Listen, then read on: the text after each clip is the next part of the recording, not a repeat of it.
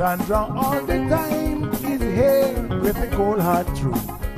She's the ears and the eyes for me and you. Every day, everyone want to hear from Sandra. And every time on the air, she's getting better. Tell your sister, tell your brother, tell your mama, call Sandra in the morning and in the evening. She always calling Sandra. And when they start fighting, they calling Sandra. And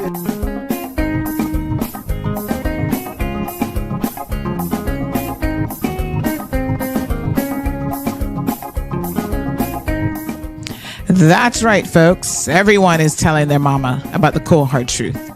Welcome to another episode with more truth telling, more problem solving, and of course, more tea spilling than ever before. Sit back, students, grab your tea and turn up the volume because class is now in session. Call in at 936-2626 because your voice matters. Share your opinion on issues that matter the most to you.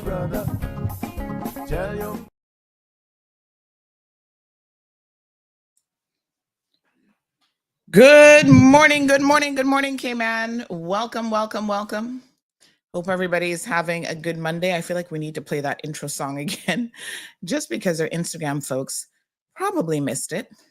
So give me one quick second while I get everything else sorted out here. I think we will just play the national song.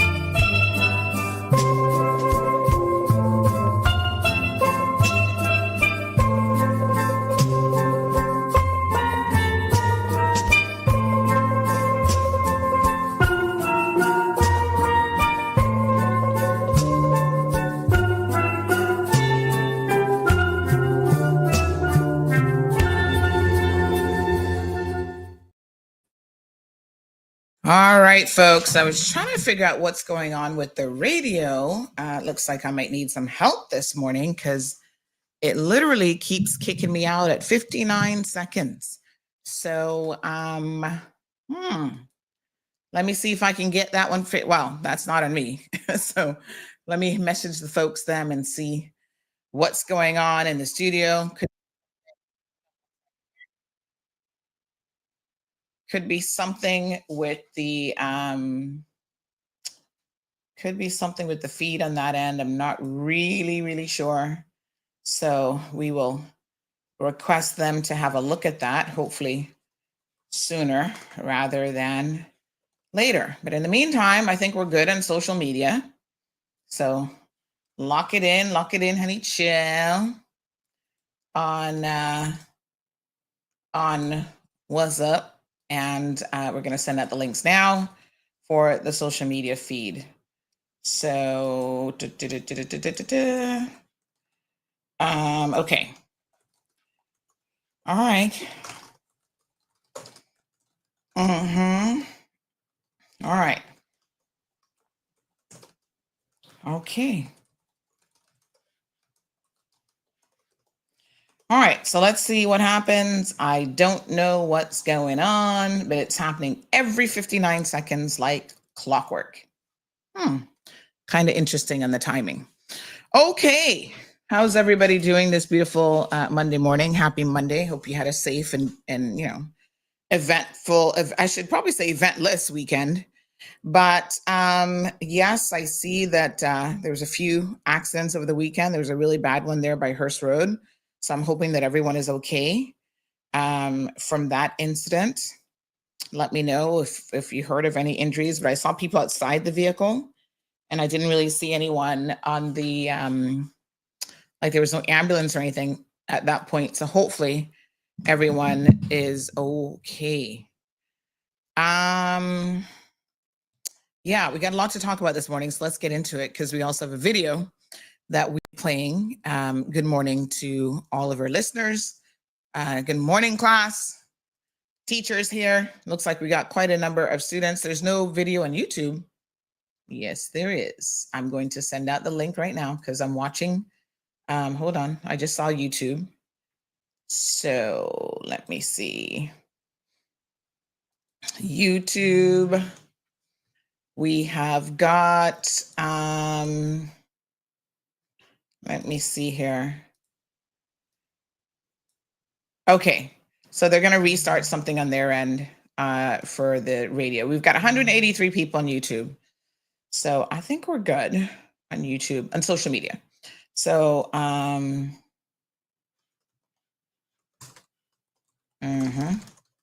right. So once they restart on their end, we'll play some music to try to pop it back in.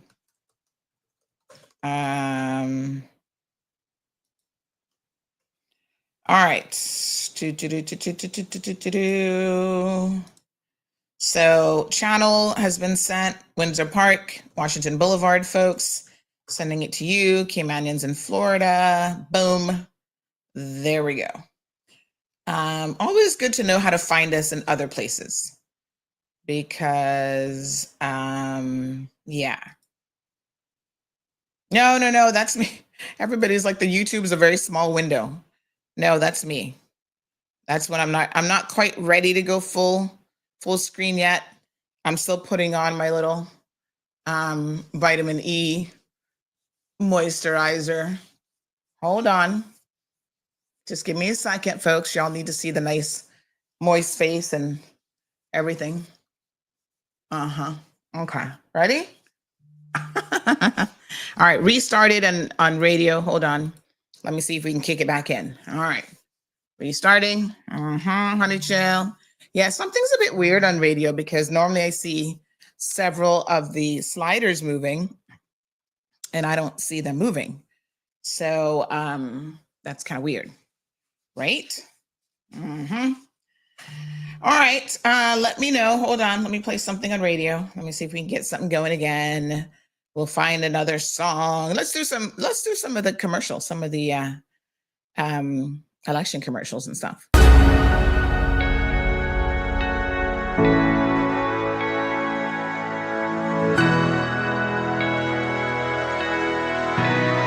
This is our home. These are our people. And the future we build together starts with leaders who care. Alric Lindsay has never stood on the sidelines. He's been in the heart of the community, working side by side with you. From financial reform to everyday issues that matter to families, Alric has always been part of the solution, not just promises but real progress. He fights for better opportunities, for economic fairness, for accountability, because Caymanians deserve more than words. We deserve results. In Georgetown South, Alric isn't just running for office. He's standing up for every voice that's gone unheard and every dream that's yet to be realized. Leadership with integrity. Commitment without compromise. A future that works for all of us. On Election Day, vote for the man already working for you. Vote Alric Lindsay for Georgetown South. For Cayman.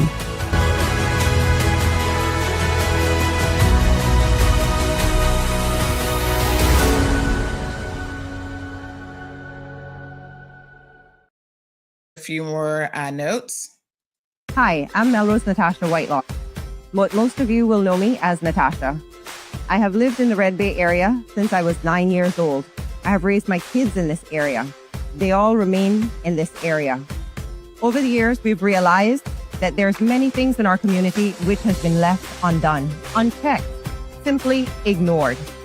This year, I've decided to put myself forward for you, my community, and my country, so that we can step up to the plate together and get our community and country back on track. On April 30th, please vote for me, Whitelock, Melrose Natasha, and Team TCCT.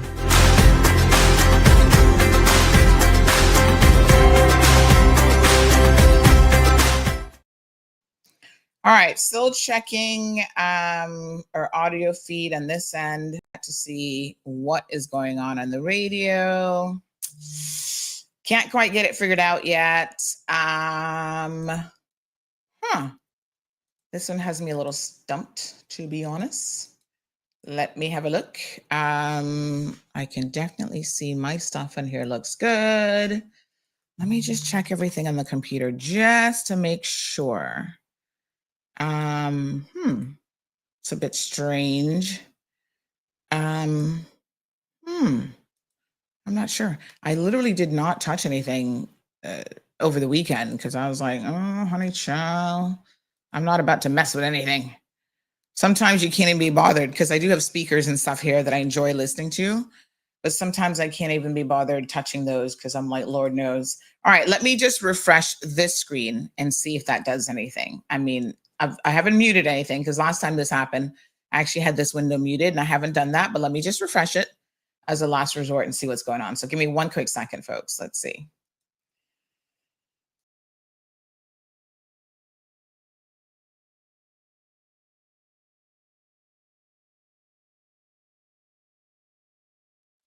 Yep, let me see. Has that made a difference? I don't see a difference. I don't see a mic moving.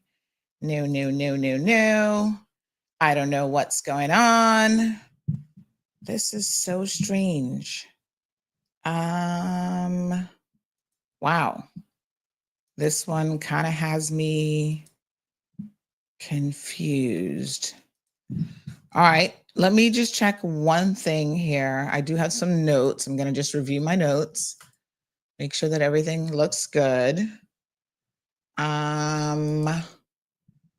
Okay, so we've got that. Yes. Okay. Okay. This is weird. Yeah.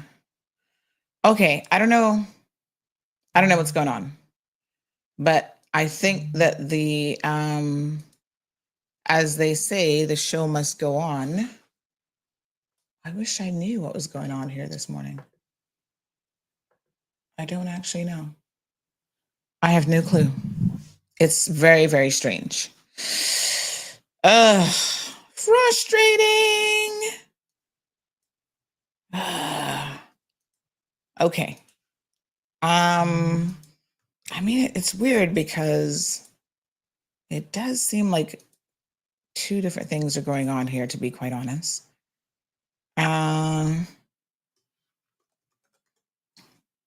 Okay. I don't know. I don't know. Oh, frustrated. I have no clue. Everything on the board looks good. But you see, okay. I don't know. This one has me stumped. And then it's kicking me out every 59 seconds. That's where I'm a little bit like, that's weird. It shouldn't be doing that. Okay. I don't know. I think no radio today. I think we're not going to have radio today. Oh, man. That legit sucks. Excuse my language. Horrible. Horrible, I say. Yeah, I don't know what's going on. Oh my gosh, do I restart everything?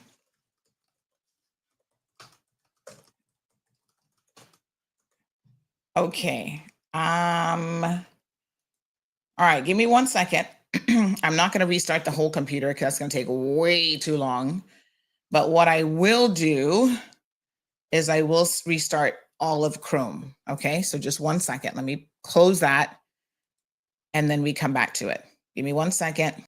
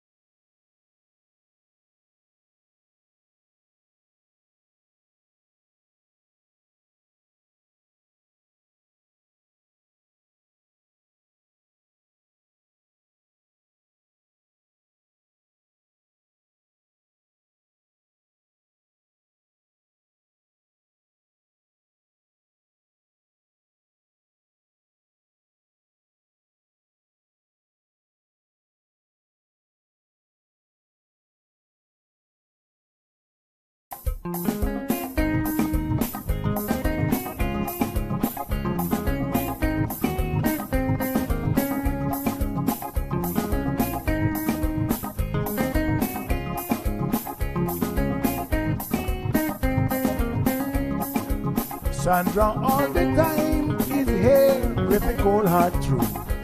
She's the ears and the eyes for me and you. Every day, everyone want to hear from Sandra. And every time on the air, she's getting better. Tell your sister, tell your brother, tell your mama to call Sandra in the morning and in the evening. They always calling Sandra. And when they start fighting, they calling Sandra.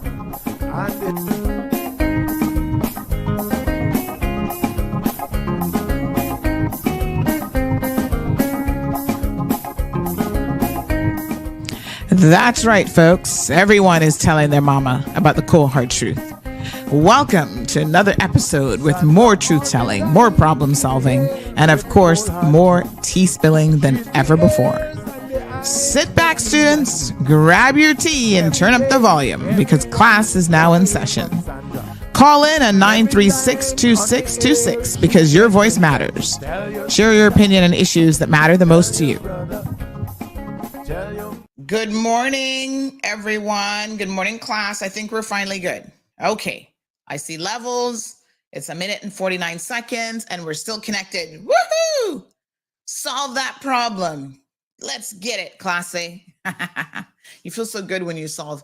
I don't even know what it was. I just closed out Chrome and restarted everything. Ugh, computers. Anyway, thank God for them because they do make our lives easier. Let's get it. All right, good morning. Lots to talk about. Before we get into too much stuff, I actually had, most nights I dream, but I had a dream last night about this young man from East End. And I didn't know him and I don't really know his people per se, but let me first extend my condolences. By the way, Bobo is now 103.1, so make sure you got it locked to the right dial. I want to extend my condolences to his family I think that there were other people, grandparents and aunts and stuff in the family who actually helped to raise him because he had a very complicated, unfortunately, life situation. But I'm so sorry that another family in Cayman is having to deal with the loss of a young life. Such a handsome young man. I heard that he was very quiet, really sweet kid, but he was struggling. And so I want to encourage parents, if you're listening this morning, please, please, please, please, please, please, please, when your young people or anybody around you, is showing signs that they have mental health issues and that they're struggling, try to get them some help. I know that he had some sort of help, but obviously it wasn't enough. And so my heart really, really goes out to his family this morning. I can't imagine that loss for any parent, any grandparent, any family member, really.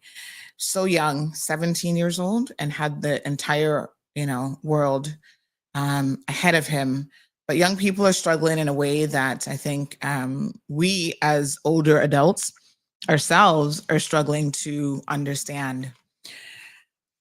I think there's a lot that's going on with them. I'm not sure that their resilience is quite the same as ours because their experiences were different. So I think we were resilient like in a different way. We were used to poverty. Most Caymanians, even when you hear me do my Cayman Voices segment, we grew up very, very poor. But that was our norm. So there wasn't anything to compare that to. There wasn't anything that was like competitive with that, right?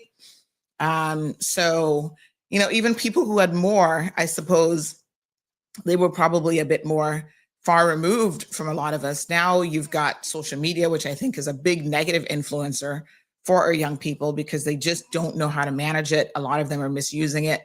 A lot of them are spending too much time on it.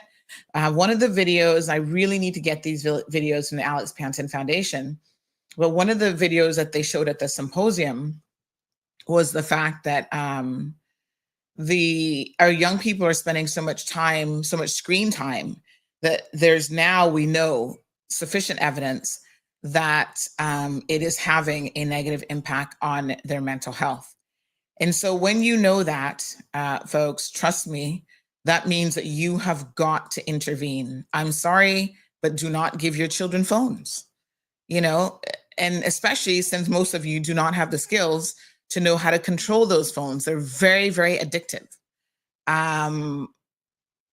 All these social media platforms, Snapchat, Instagram, Facebook, TikTok. When I went to Clifton Hunter, I'm going to talk about that here in a second. I was at Clifton Hunter for a little bit on Friday.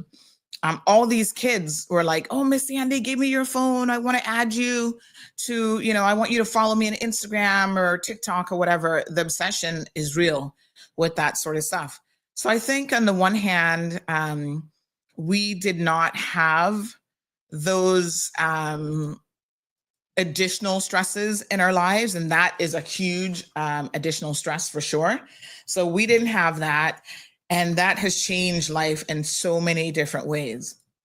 So you got to pay attention to what is happening with our young people, and the environment that they're growing up in obviously is extremely critical as well.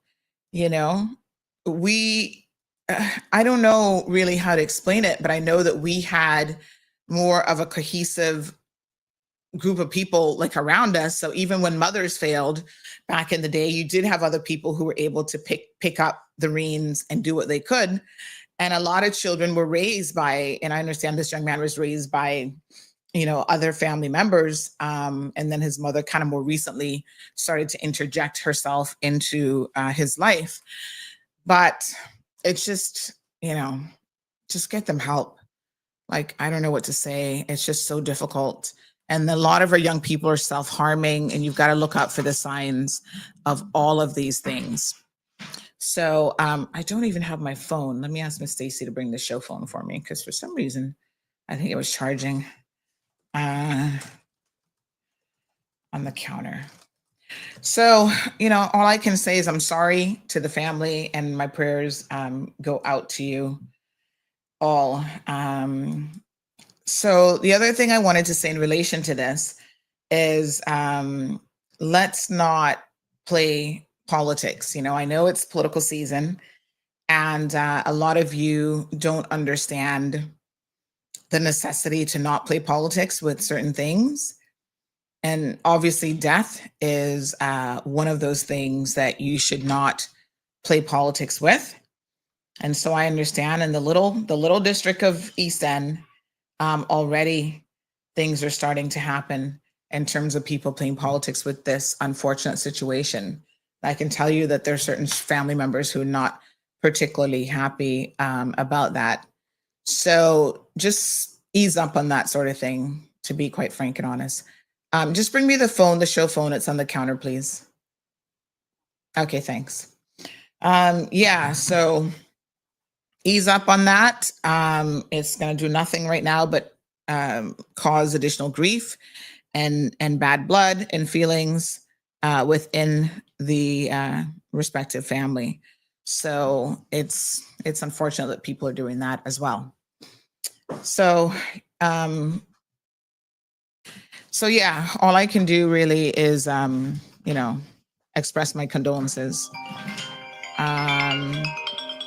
1 second here. Let's see if we can get this call. Hold on, honey chill. I might have to restart this phone actually. All right, let me just see if I can get this phone going as well. And then we're going to take some of your phone calls. I see some of you wanting to call in already early this morning. Poor little Elijah, such a handsome fella. And, sometimes young people just need someone to throw them a lifeline. And so, that lifeline can come from so many different places. Oh, I feel horrible about that, actually. It's one of those things that, quite frankly, oh gosh, what's this phone doing? All right, let me see if I can. I see Mr. Dexter was calling. Oh, there he is. It's still, hold on, Mr. Dexter, honey chill. Trying to pull you up on the board here so I can actually hear you. 1 second, Mr. Dexter. I'm trying to make sure I can actually hear you. And most importantly, everybody else can hear you as well. Hello, good morning. Good morning, Sandy. How Good morning, are you? darling. I'm not too bad. How are you? It is. I wish I could hear better news and some young person committing suicide. Yeah. It's. Parents need to do more, but parents don't know how to be parents. They're having children, and they left to the next door neighbor to raise them. But anyway, my condolences go out to the family. What I'm calling about is it was nice that kids down at the school were picking up other people's garbage. Oh, I'm gonna get to that in just a second. Yes, but I know, ahead. but I just wanted to make one comment. I noticed that that was a good deed, but I noticed not one of these children had on gloves. Yes, and I'm gonna explain that, Mr. Dexter. I would be more than willing to buy a couple of packs of gloves to the children, because after they pick up the garbage, it's not going to. They're going to not wash their hands and put it in their eyes and eat. Well, hopefully they know better than that, but yeah. Even myself, sometimes I'm gardening and I'll rush and pick up a banana and my hands are dirty, So adults does it too. So yeah, I'll talk about that in just a minute, because there's a reason why that kind of happened the way that it did. Thank you so much, Mr. But it was a good thing. Thank you. Bye. All right, 936-2626 is the telephone number. Yeah.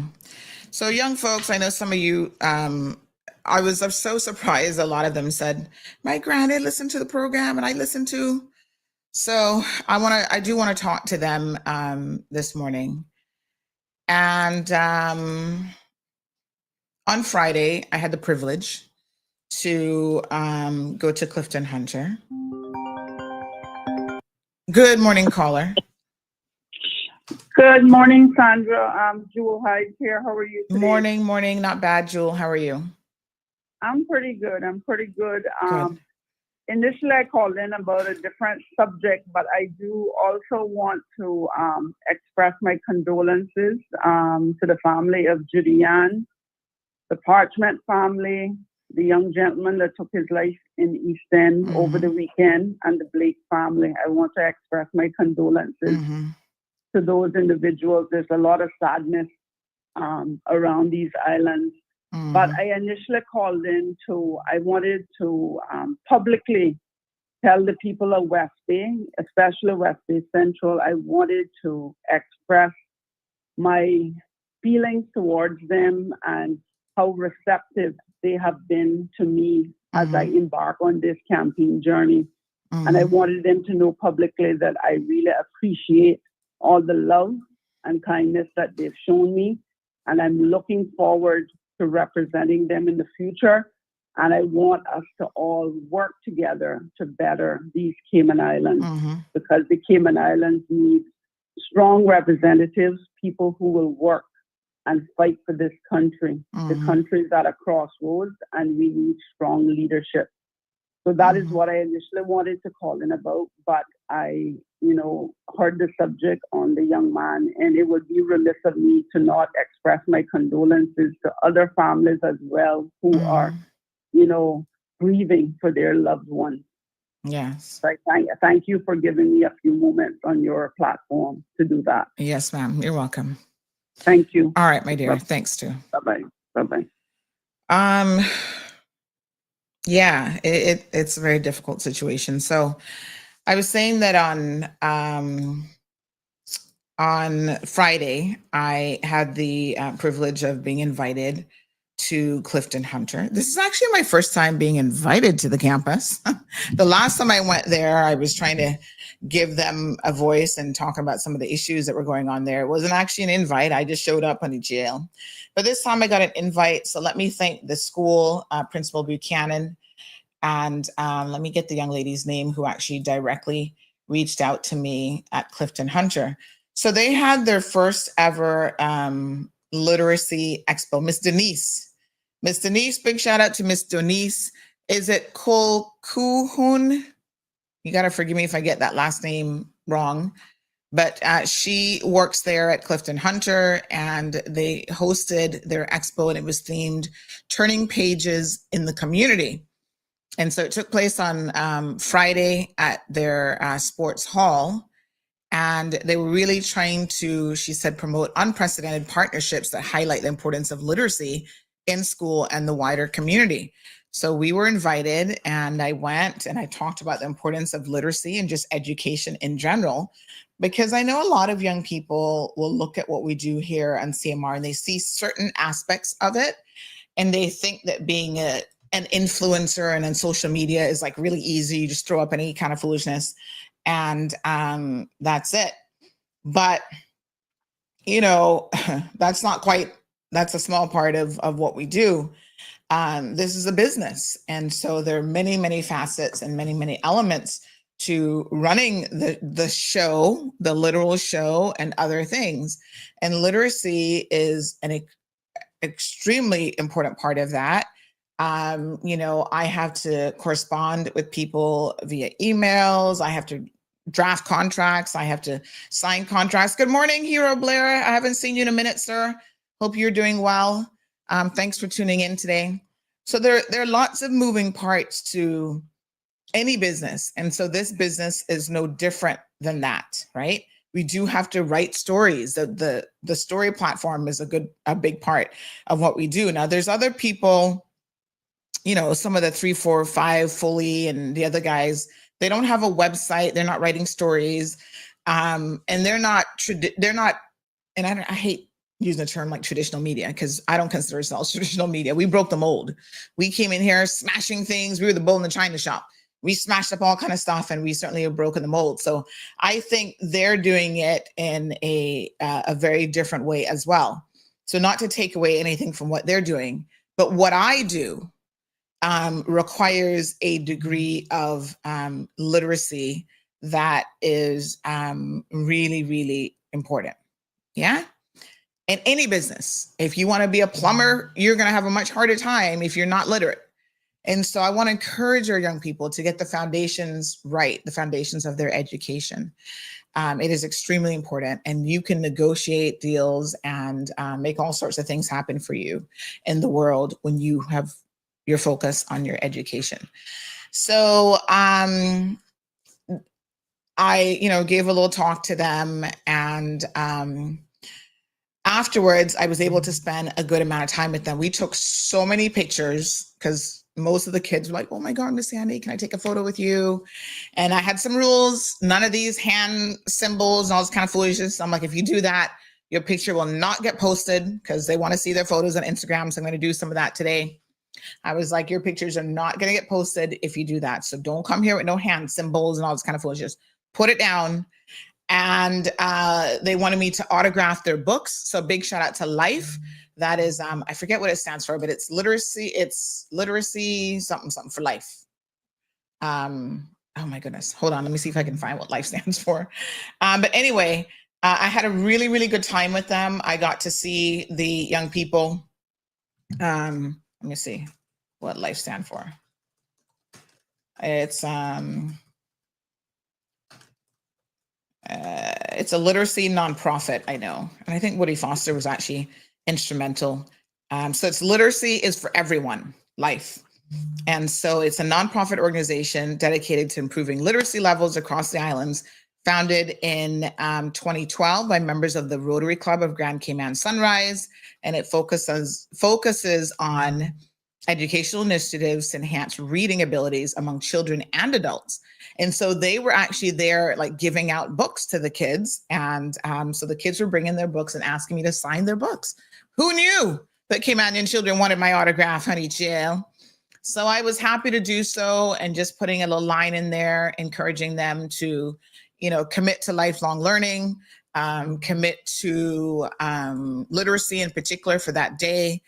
And so it was very, very inspiring to see them even care, to have my autograph. And they were, listen, our kids are sweet. Yes, some of them have problems, but, they're us. And I can see myself in so many of them, many, many moons ago.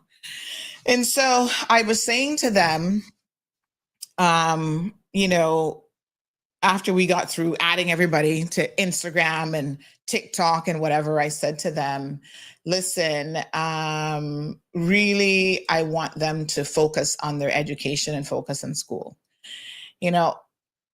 They have a way, just like other people in our lives, of living up to our expectations. But sometimes children hear the same negativity in the environments that they grew up in. I mean, if you grew up in an environment that every single day you hear that you're not going to amount to anything, you're going to live up to that, and I really want us to start having more positivity around our children. And this is why I keep saying to all of you to please reconsider your approach to even chastising your children. You don't have to break a tree in order to have it be vibrant and to produce beautiful fruit. In fact, most trees you're never that aggressive with. You mold it slowly but surely over its entire life, and you would be shocked and surprised the fruit that it will bear. So a more gentle approach, yes, sometimes you got to get firm with them, but I always think a more gentle, consistent approach, and it's the consistency that a lot of us lack. Even those of us who are all about, how can I put this? The belt, or you want to get a whooping. Even those of you who grew up in that way, when you're applying it in this day and age, it's not consistent. But your children don't need negativity all the time in their lives. They have so much that they are dealing with. Sometimes they just need a hug, you know? And I saw a spark in a lot of their eyes on Thursday when I was talking to them and when I was dealing with them. They were just like, oh my God, Sandy, you know, I know you. And I'm like, listen, I am just like you. I grew up as a poor little kid walking around barefoot in Georgetown, right? I'm sure a lot of people had zero expectations for me. And I know because a school principal at Georgetown Primary told my parents, my mother, to put me in Lighthouse School. Imagine how that would have changed the entire course of my life forever.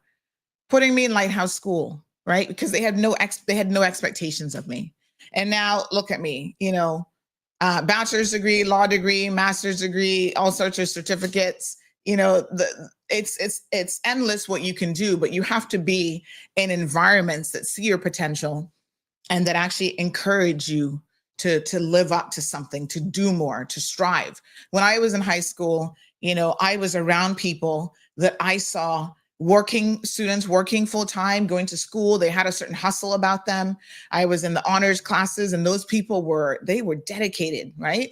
And so that motivated me to be like, wow, I can do this too. I want to learn. I want to compete. I want to do the right thing in life.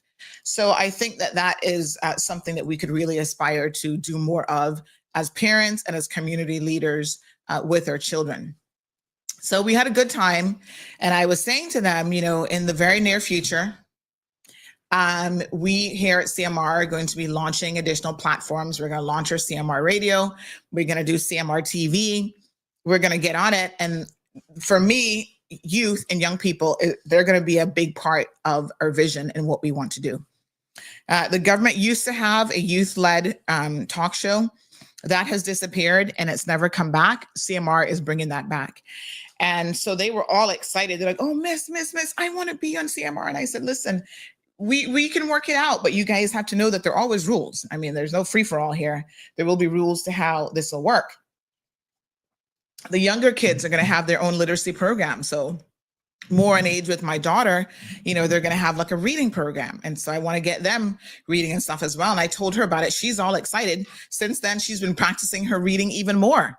And man, she's been reading some big words on each year. And she's like, oh, she's thinking of like show names and episodes and all sorts of stuff. You can get them excited about the right things, you know? So, we did a little bit, we did some video recording. I was really, really excited about that. So I'm going to show that during the week. I was teaching them like how to interview. So one young lady, she was so funny. She did a little bit of interviewing. I think she interviewed me, and then the barbecue club, I think that's their name. Forgive me if I get it wrong. They actually won a competition recently sponsored by A.L. Thompson's. Big shout out to the good folks over at A.L. Thompson's. And Clifton Hunter got first and second prize. So these kids are there grilling jerk chicken, making hot dogs. They are learning how to, put it on the platter, the different sauces. So we interviewed them a little bit. It's important for young people to know how to communicate as well, how to answer questions, how to ask questions, how to communicate with people. And so that was a little bit of practice. All of them wanted to hold the mic. They're like, I'll hold it. So we had a little bit of fun with that. And then in addition to that, when I was leaving, and this is to Mr. Dexter's point, and I want to address a few other commentators on social media, when we were getting ready to leave, when I was getting ready to leave, I should say, they all wanted to walk me to the admin building. And they're like, oh, miss, I'll hold your bag. So one young man was holding my laptop bag. Another young man was holding my 2 books that I took with me, one journalism book and one social media marketing book. So, and of course, they all wanted to hold a mic. So I gave one person one mic and I had another one. And so, what was so amazing is the second we came out of the sports hall, I started to see all this garbage from lunchtime and maybe even some from breakfast strewn all over the place. So I said, okay, hold on a minute. So this is why they weren't wearing gloves, Mr. Dexter. This wasn't something that was planned. This is very, very impromptu. Like when you see the video, you'll see exactly how it happened. I walked out, I started to see garbage. I'm like, what? This is disgusting. Why does your school look like this? Why are you guys throwing garbage all over the place? I said, none of you are getting in front of this camera here today until you pick up this garbage. Go right now and pick up. And honey, child, can I tell you, they were so motivated. You guys saw them running around. They were so motivated to do it. The ones that were with me, they were running and grabbing garbage and throwing it in the bin. And that's how it happened. So that's why we weren't prepared, because it wasn't something it wasn't like a planned cleanup, and we had gloves and stuff available. But absolutely, I hope all of them washed their hands afterwards. But you're absolutely right, Mr. Dexter. And so that was just my walk from the hall to the admin building to be able to leave. And so along the way, we saw a lot of garbage. And so they were running and picking it up. We were cheering them on like, yes, you can do it. Pick up that garbage, honey child. And then others started to come around. And I said to them, listen, we're walking, but we're walking with a purpose here this morning, or this afternoon. By that point, it was afternoon. I said this afternoon, pick up. They had bottles, food. The chickens are there picking up the food, plastic. I mean, they definitely have to do better. So I have an idea, and I want to talk and firm up the plans with the principal about how we can motivate them to keep their school environment a lot cleaner than that. I mean, it's very disturbing how it's being kept, and the fact that these kids seem to not care about their school environment, and they can just throw stuff on the ground like that. Come, Miss Stacy. The fact that they can just throw stuff on the ground like that and have no concern. We need to change their. Thank you. We need to change their. We need to change their mindset about that, because it starts here. Cleanliness, as we say, is next to godliness. So we definitely need to address that. So I feel like if we do like a once a quarter pizza party or something to motivate them, we could find ways to incentivize them, right? To properly keep the school clean, give out prizes. So I'm mulling it over in my head, and then I'm going to put a proposal together for Miss Buchanan. We can give out prizes to like the students who is, seen to pick up the most trash or whatever. We're going to figure it out. And so that's one of the goals. Now, I saw some of you commenting about how some of the young men were wearing their pants. They weren't completely falling off like we see sometimes, but yes, some of them were a little bit lower than they should have been. They should have been pulled up a bit more. What can I say? Can we start with one battle at a time? I mean, let's do one battle at a time. So we'll address the literacy problem. We'll address littering problem. And then we definitely need to address some of the dress code things as well, and talk to them about why it's important for them to be presentable. So we're going to get there. Can y'all bear with me while we get there, honey child? All right.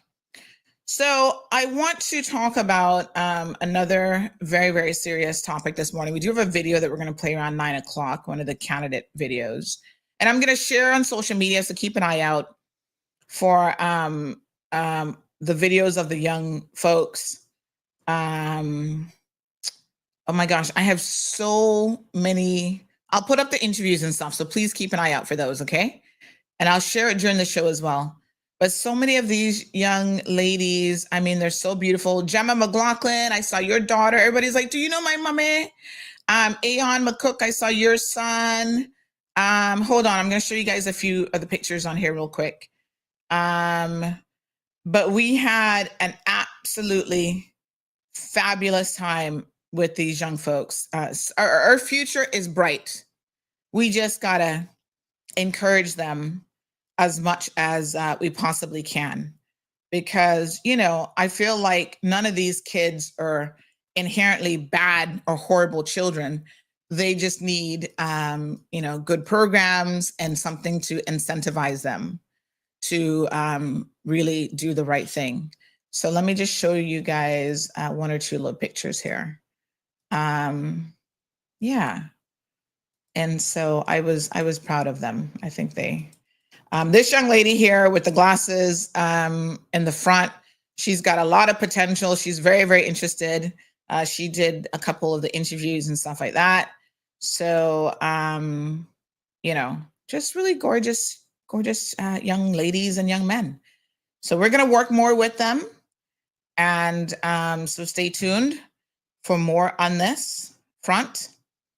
And then if any of you want to volunteer, with any of our youth-led initiatives here, please do let me know as well. So we had let me show you one of the group photos that we did that was really cool with a little literacy picture. So hold on one second. And I made them all behave with these hand symbols and stuff. I might listen, put it down. This young man, he took look at him. Hold on. He was helping take pictures, and he actually took he took a selfie while he was at it. He's like, well, let me take a selfie. So yeah, these are good kids, We'll post up some of the pictures. And so many of the young ladies are so beautiful. They're absolutely gorgeous. All right, let me show you a few more.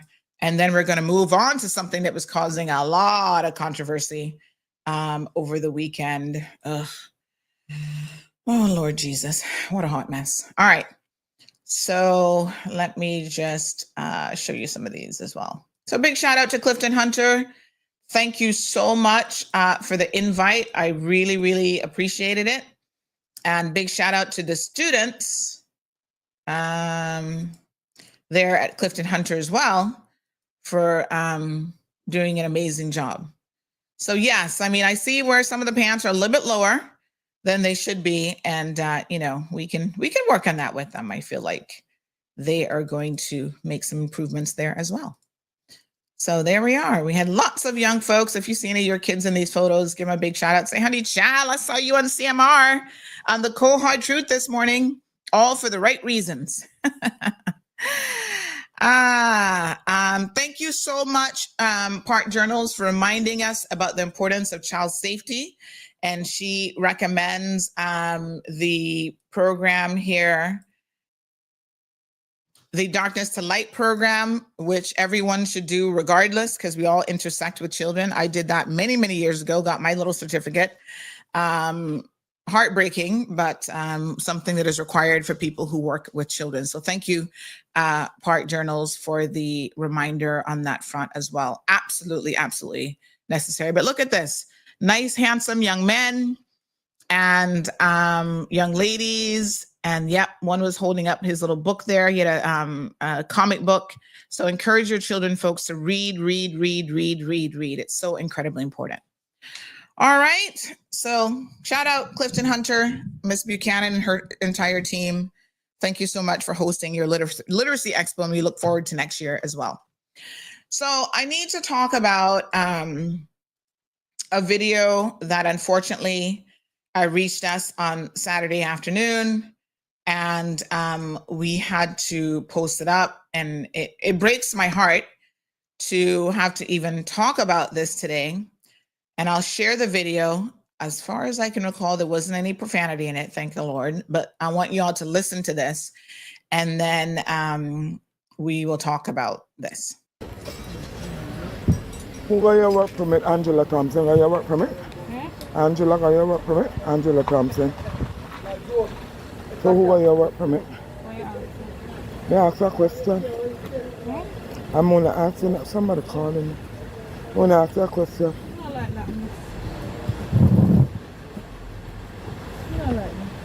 Immigration never picked you up last week?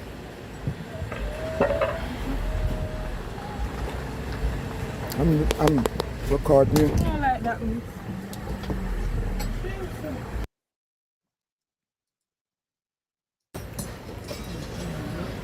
Who got your work permit? Angela Thompson got your work permit? Angela got your work permit? Angela Thompson. So who got your work permit? May I ask you a question? I'm only asking, somebody calling me. I want to ask you a question. I don't like that one. I don't like that. Immigration never picked you up last week?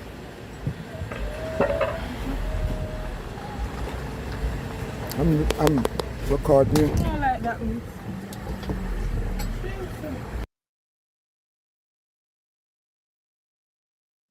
So here we have a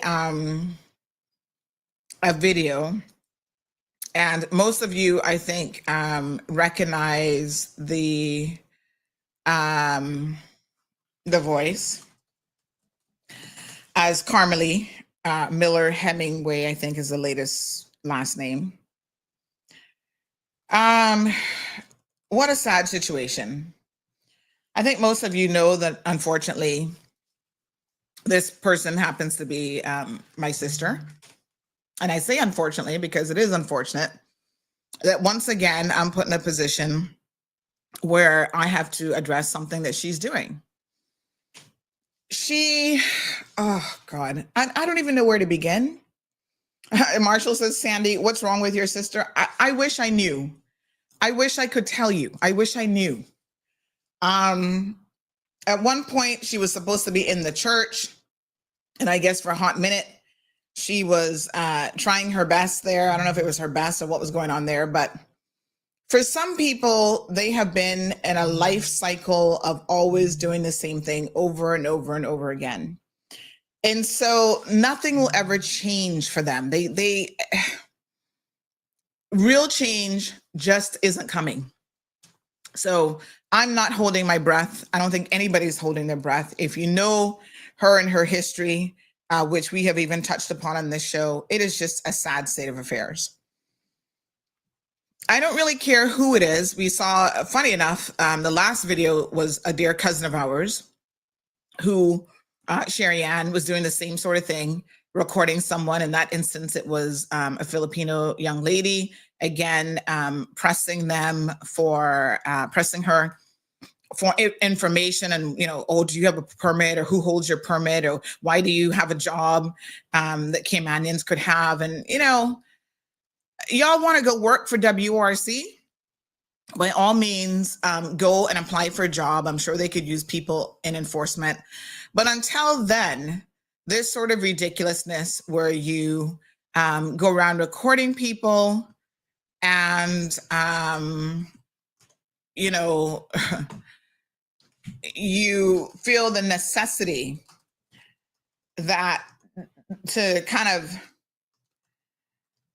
press people, interview, interrogate people.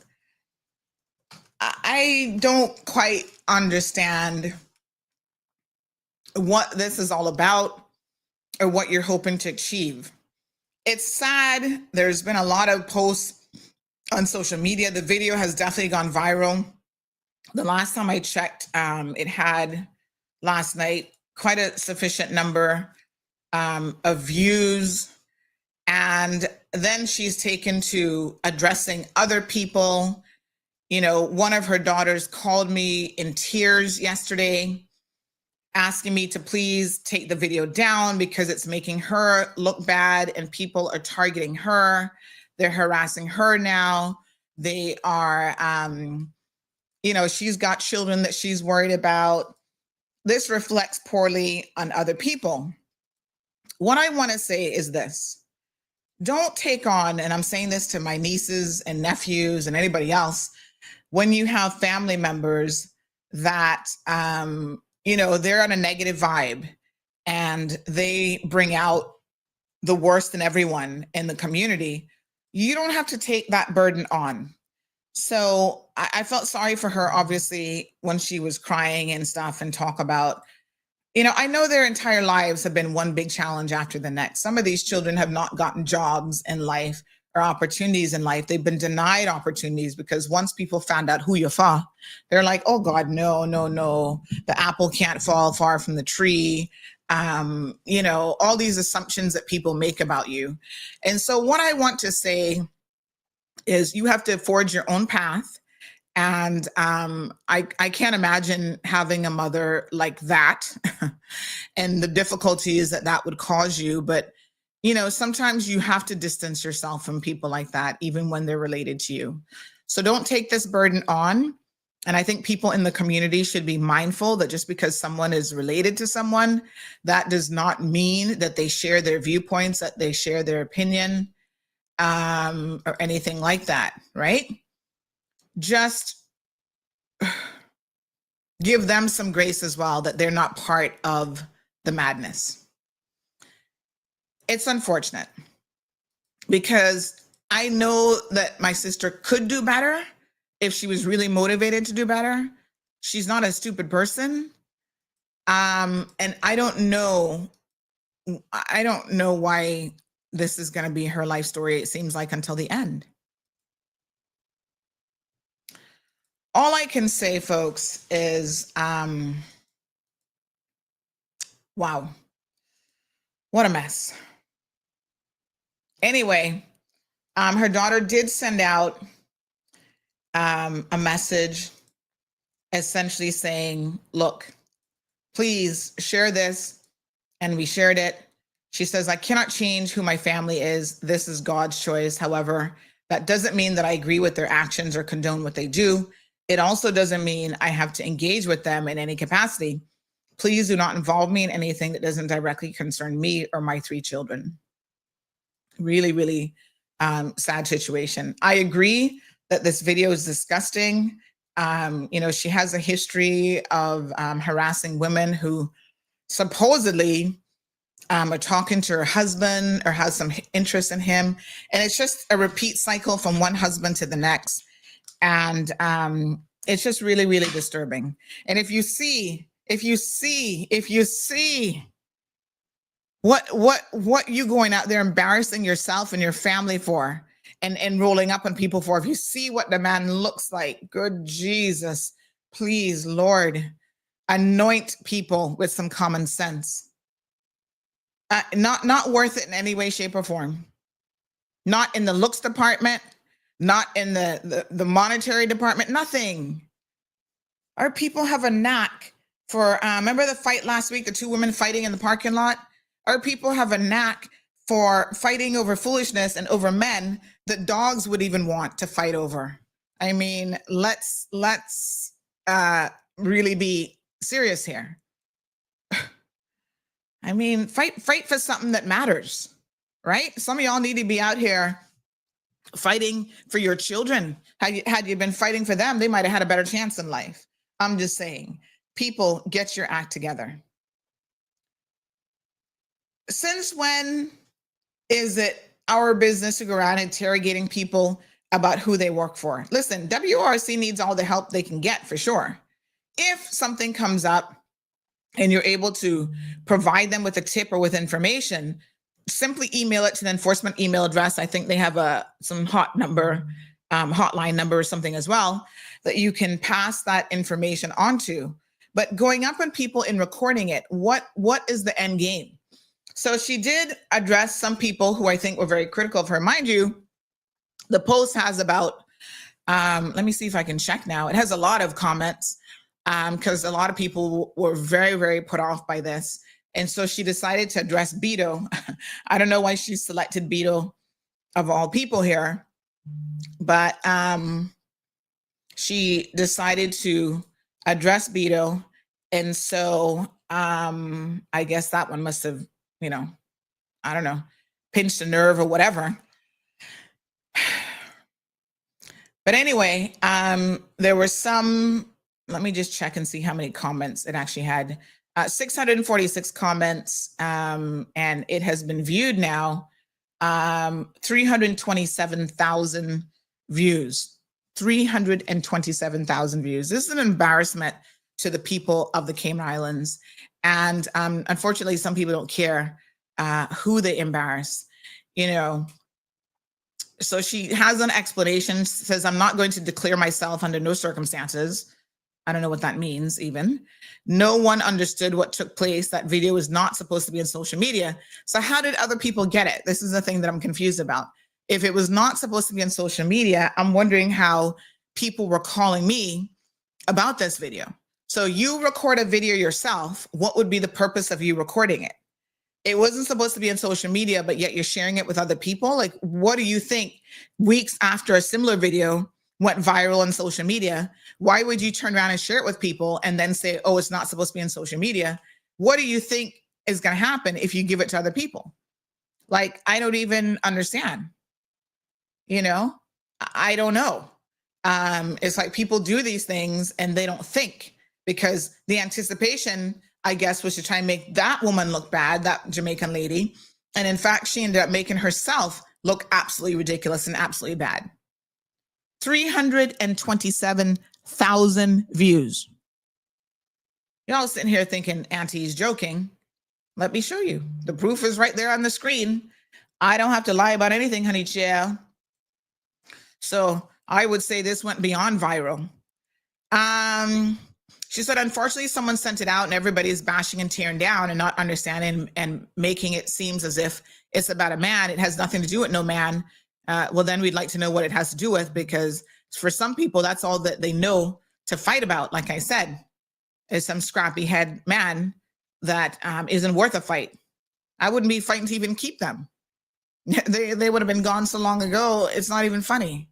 But, you know, a lot of Caymanians have this mentality, especially when it comes to Jamaicans, that because some of them come from challenging environments and, you know, it's coming to Cayman and staying in Cayman is the golden egg for a lot of people. And so unfortunately, that is used against people. And, you know, quite frankly, that's the end game, is to use them, and you feel like you can abuse them and this, that, and the next thing, you know, tell them they have to give you money and all sorts of ridiculousness. And then you treat them worse than a dog. I mean, you're not supposed to mistreat dogs, be very, very clear. So it is horrible. It's disgusting. We don't condone this behavior. Like I said, we had multiple people send it to us. And as is our policy with everyone, we don't condone this behavior. We share it to demonstrate the ridiculousness that's happening in this country. And we know that the people in this country, Caymanians, will always, well, not always, mostly do the right thing when it comes to this type of behavior and call people out when they deserve to be called out. And I can't hide a video because it's a family member or anything else. You can't get much closer than a sister in terms of familial relationships, trust me. So the other thing I want to say is there was a MP video in relation to something, and one of the, not the MP himself, but a supporter said, oh, Miss Sandy, can you take this down because, you know, this is making this guy look bad, da, da, da, da. And I said, no, I can't. You know, I don't care what side. In this instance, it was a TCCP candidate. I don't care what side you're on. When videos come out that are in circulation, most instances we are going to share them unless it's something particular to a child or self-harm. Then those are different considerations that we have to think carefully about. But all these other videos are fair game. What you have to do is you just have to address it head on. That's the thing to do.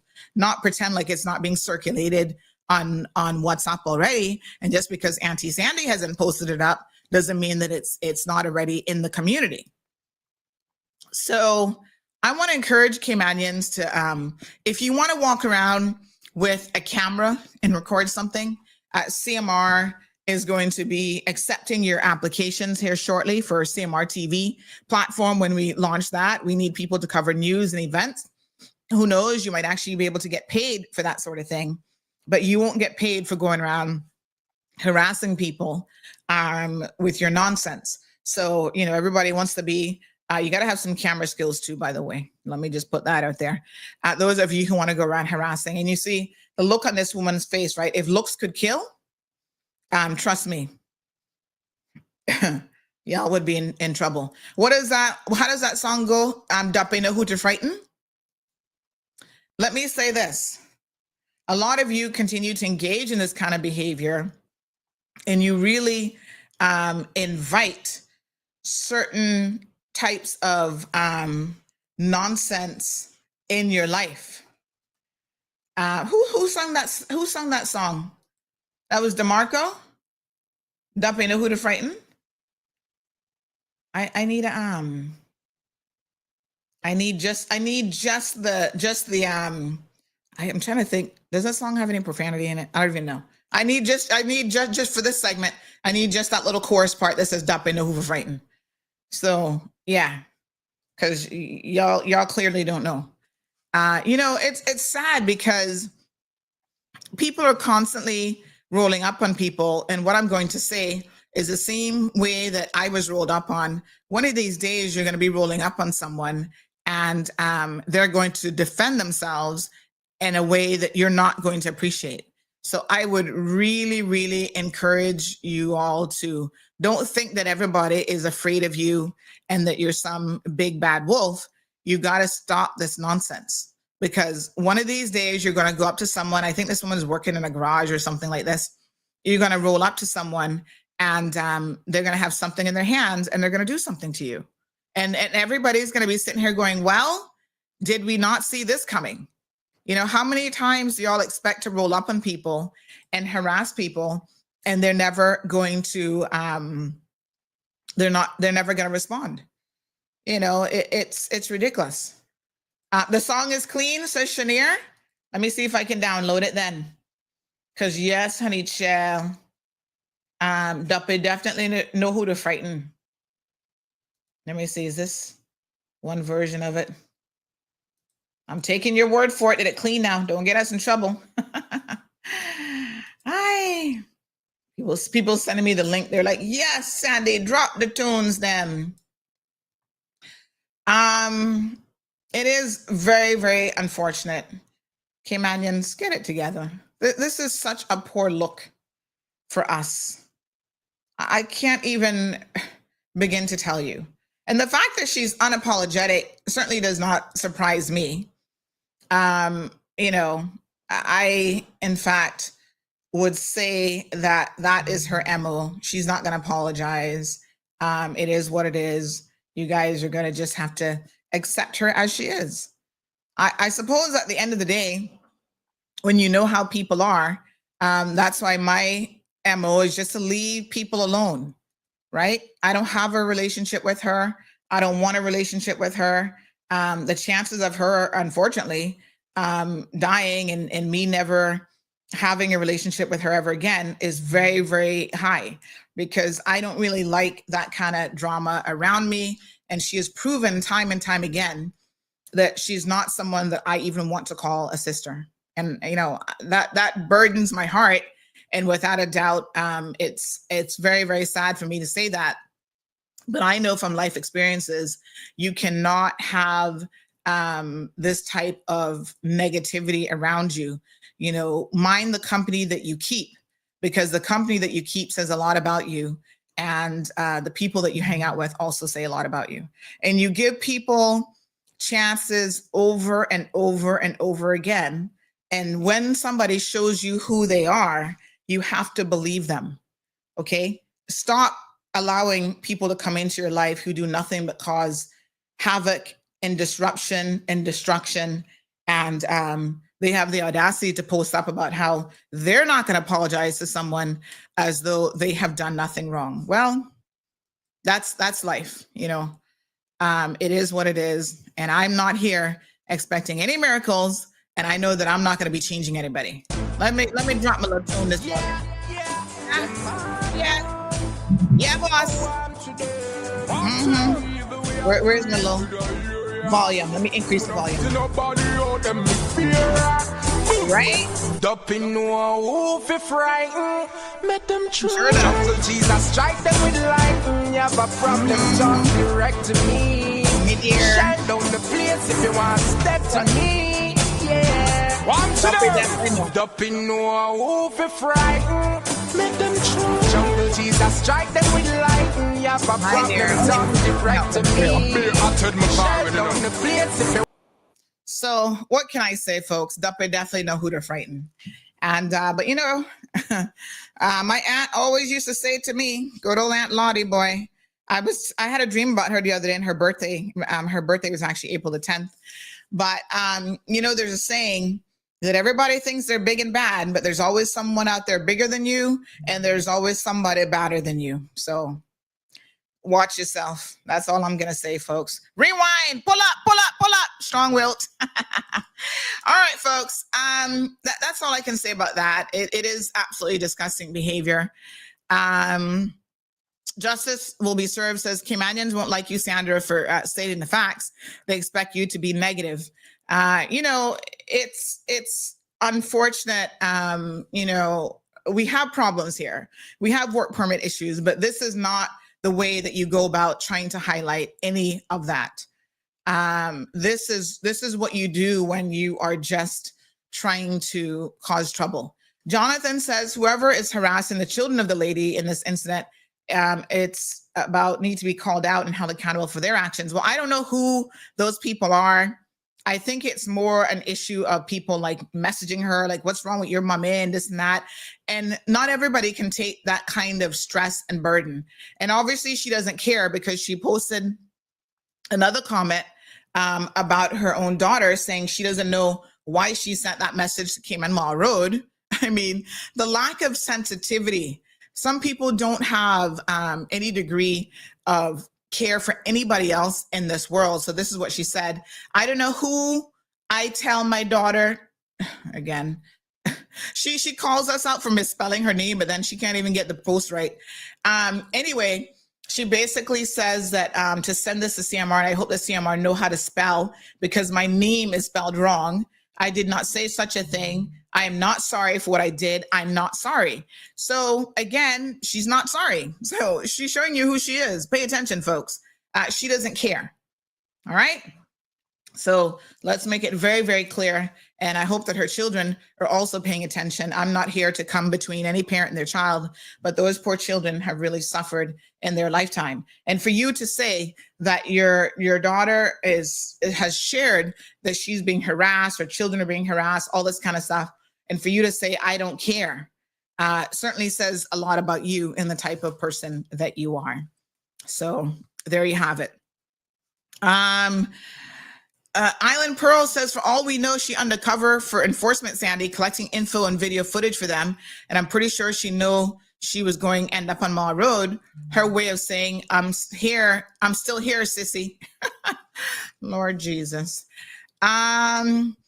Aisle 2025 says, are her kids better off than she is? I hope they're more like you.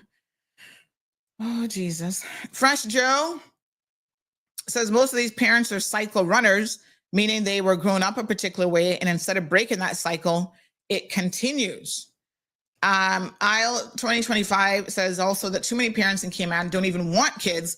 They just don't have the resources to get an abortion. The kids suffer in the end.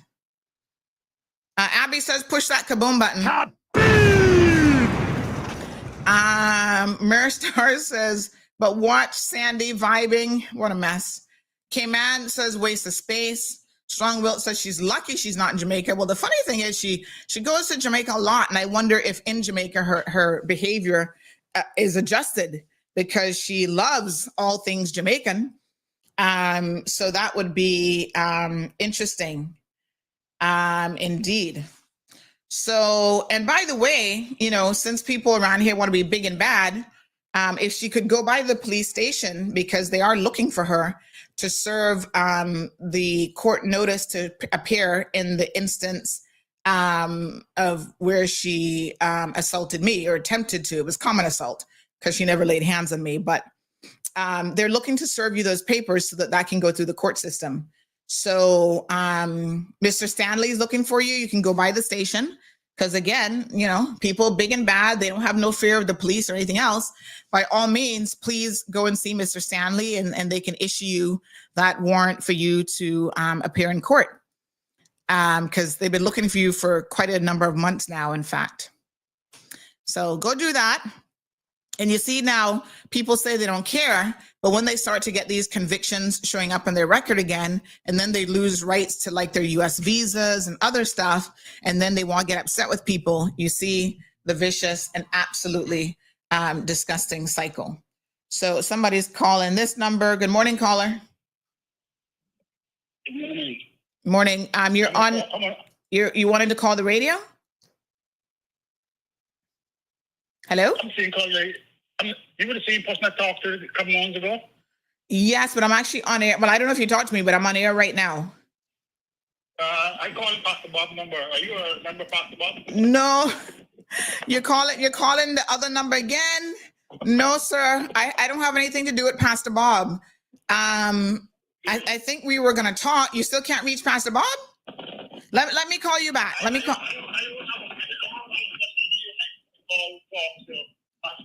So if you have time to talk to me, you can call me, right? Okay, you don't want to talk on the air. I can talk on the air. All right, let me call you from the show number so that everybody can hear you properly then. All right. I have too much credit to talk. Yeah, no, I'm calling you. Okay. Wow, this Pastor Bob thing again. I don't know what this is about. Let's just call him and see why he's so urgently calling. He keeps calling my numbers looking for Pastor Bob. I can tell you, I'm not hiding a Pastor Bob around. Yeah.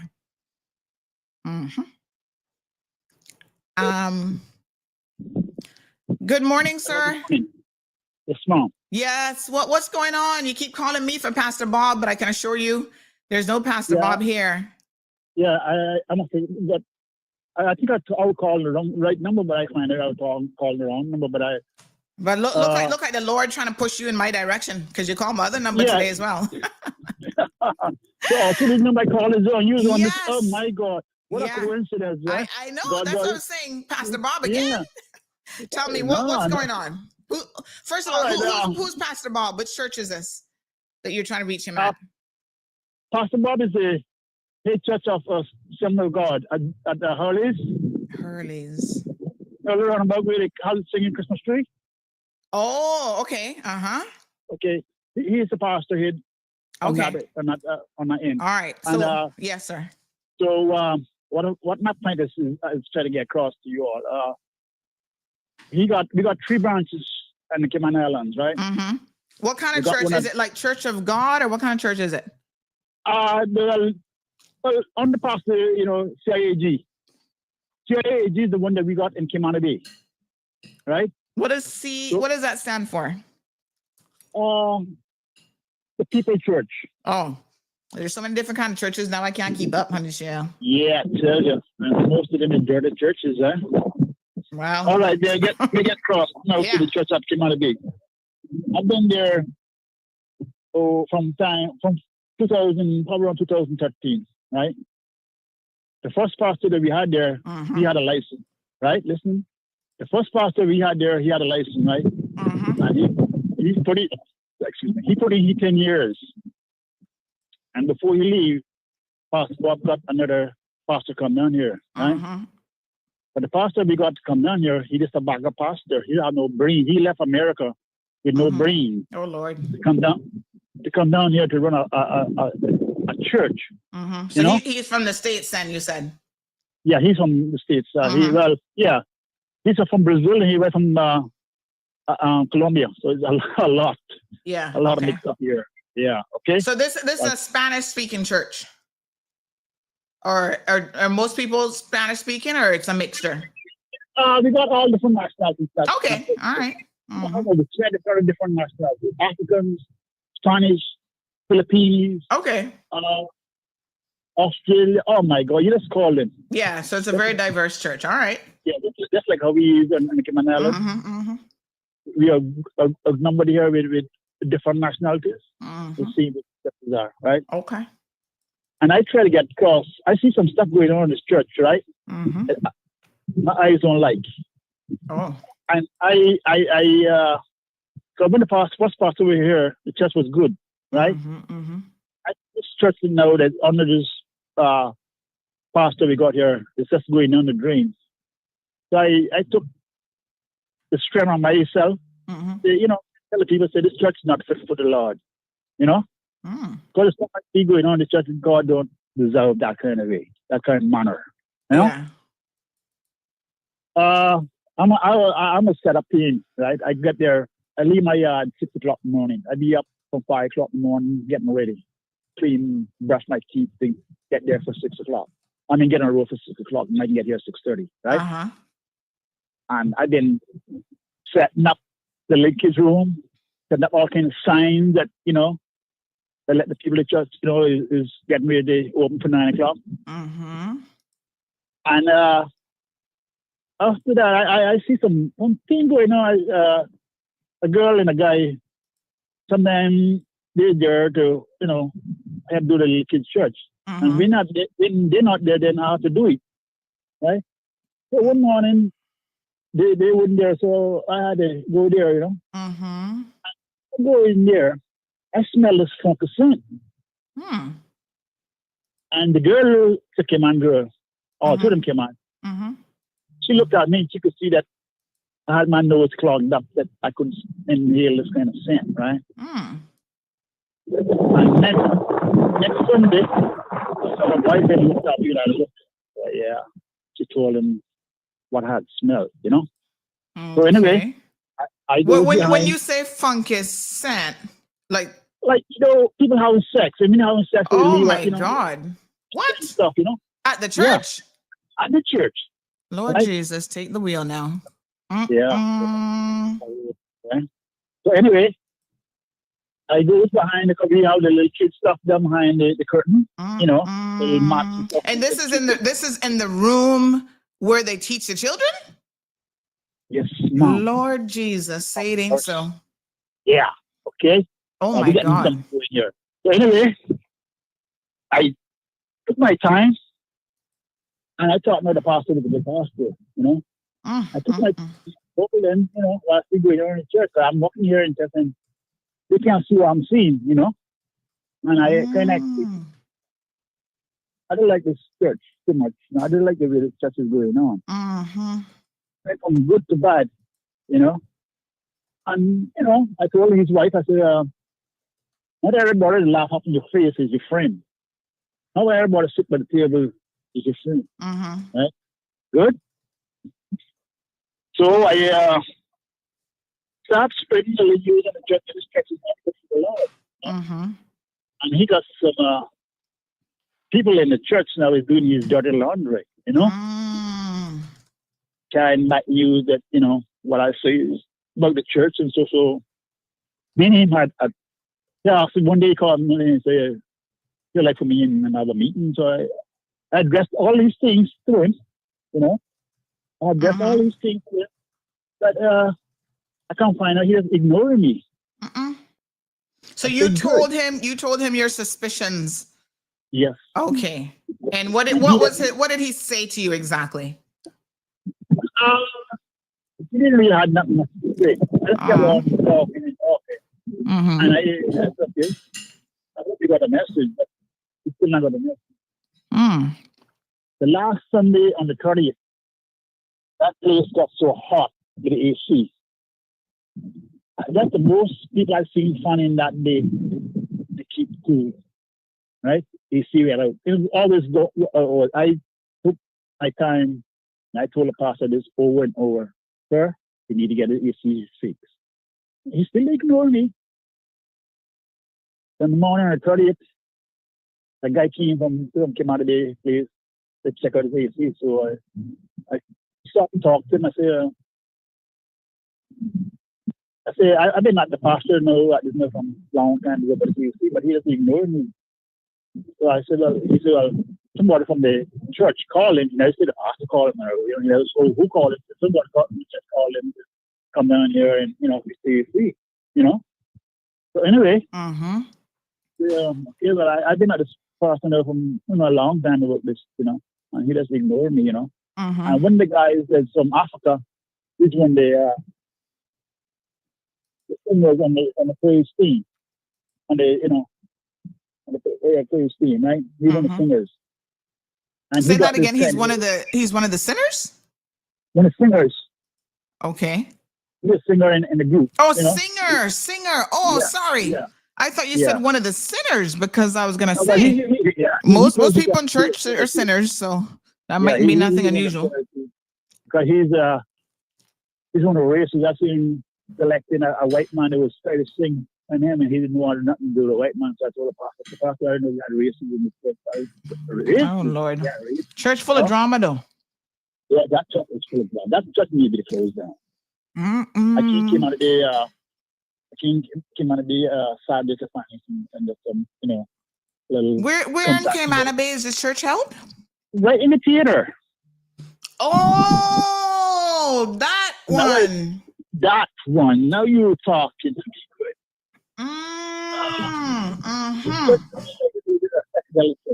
Oh my God! What a mess! All different color lights in this church.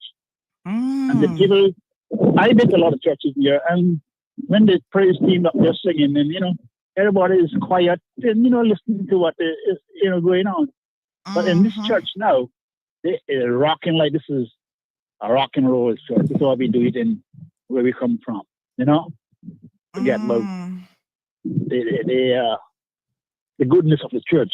We come here, you know, to do what this pastor wants to do, what he wants them to do, to help him make a big pile of money.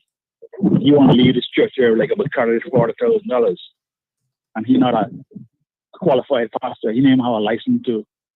He can't even baptize a person. He can't even marry the person. You know. Oh. And these people in the church just clean his dirty laundry. You know, and he just ignore me on everything that I say on this end. So just some sprinkles on me here. Anyway, like I say, last Sunday and March, like I said, that place was so hot on fire, right? That was one of the guys came down to fix the AC and asked who'd call. He said, somebody from Chicago with the pastor. So that day I get hold of a place in Caymanians that would take these kind of reports, you know. But there wasn't nobody there. So this morning I came back and see one of the ladies that I met there from 2015. She was there, and I talked to her this morning. You know, that was not there. That place is not no more good. The coffee shop in Caymanians was there. And I said, okay, it'll make sense for me to talk about that. So I called this number and I thought I was getting hold of Pastor Bob, you know. So that's okay. I still got some questions to ask him. And last Sunday, the Sunday, the 6th of April, you know what he addressed the crowd with? It was hurt. Then him and his wife sat down on their butt, what are we sitting on? It must be a little girl, about 2 years old. They climb up on a 4-foot chair just to see, you know. And then I got close enough to fall. I'm there to help her, you know. Are you here? Yes, sir. I'm listening. I'm trying to make sense of it all, but I'm listening. Okay. Yeah. Just ignore the little girl. Turn his back onto the little girl. And next thing that brought his memories, his attention, when he heard the lick on the ground. Boom! He threw a little girl down on the ground, right, on her butt. It was a good thing the Lord was there to her and spin her over so that she could drop on her butt. If not, she was hit for disaster. And the two of them just sitting down there rowing, fighting about cocaine, drugs, but they come here as drug addicts. Right? So they were in church fighting about drugs? No, they're at home. Oh, they're at home. Yeah, at home, and they're watching the little girls, 2-year-old girls, trying to help herself to get on this chair, know that, you know, they're taller than herself, 4 foot in the air. Okay. And what they within the basket to the girl, right? And what do they have to do with the church? They just go to the church. Right? They're members of the church? That's the pastors of the church. Oh, these are pastors. Wait a minute. The pastors of the church fighting about drugs, about cocaine? Well, that's what I'm saying. I can figure, I mean, you got a little 2-year-old girl trying to get up on the chair, right? To see, you know, she could, you know, learn for herself. And then I left her alone. Ignore her. Like, how did you ignore me? Well, I mean, that doesn't necessarily mean you're fighting about drugs. How do you know that that's what they were fighting about? They came here as drug addicts. Oh, they came here as drug addicts. So we have pastors that have come to Cayman as drug addicts, and they're in Cayman on a work permit as a pastor. Under Pastor Bob, the first pastor that we had here, this time run up and low and he went home. And before he got home, Pastor Bob got these 2 people to come down here to give him a little backup. And that's almost 4 years gone, and they're still here. And you're saying that they're drug addicts? And they're drug addicts. How do you know they're drug addicts, though? Because they explained to us. Not too much. Well, they probably told you they had a drug addict pass, but did they say they're still using? I mean, that's a big difference between having a pass. But I think it's still well. They just that they've been using. I don't know what kind of drug they're using, cocaine or heroin, but it affect their brain. Lord Jesus. It affect their brain. They don't have no more brains to see what's going on around him and this and that. All right. You know? So you're saying that that Pastor Bob brought these people in, and basically you don't think they're qualified to be under him, even as pastors. Okay. Yes, ma'am. Okay. All right. Mm-hmm. So listen now, this sounds like this could be a 2-hour show. So I do need to cut it short because I have a video I need to play. But let me ask you a question. I mean, you have a couple options, right? You can just go to another church because there's one in every church corner. Every Cayman corner has a church because that is the most lucrative business in the Cayman Islands, in case you didn't know. So you have lots of choices. You don't have to go to that church.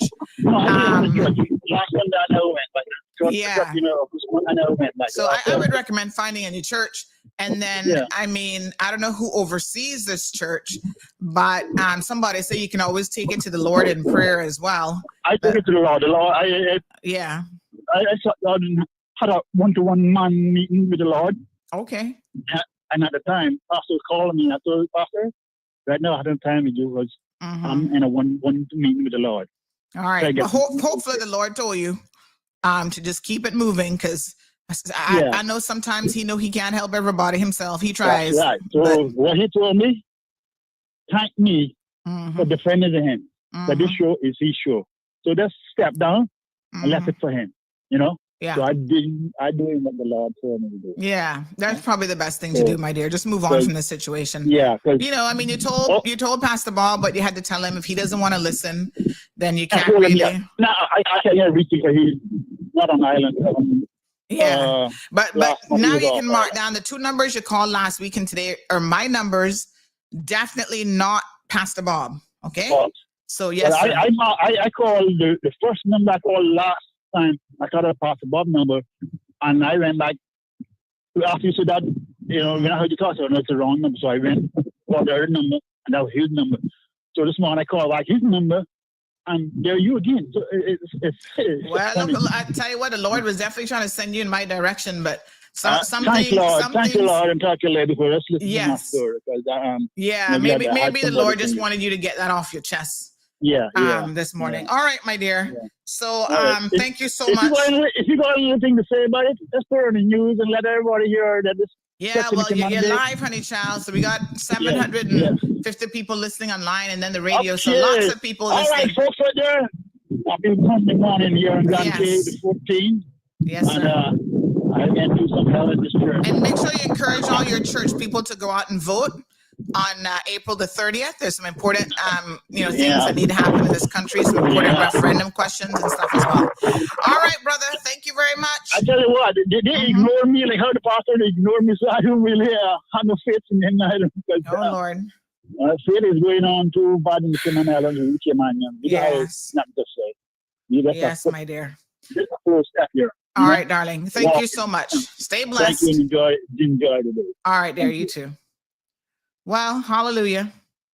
Anthony says, Sus falls on your show like a manna fell from the sky. Lord help us. Well, what can I say? He kept calling me, thinking he was getting Pastor Bob. So like I tell him, the good Lord might have really been sending him in my direction for a reason. But I try to give good common sense, sage advice. And so, sometimes you just got to take it to the Lord in prayer, and there's not much more you can do. All right, let's tune in now to our little candidate feature with Miss Kathy Wilkes.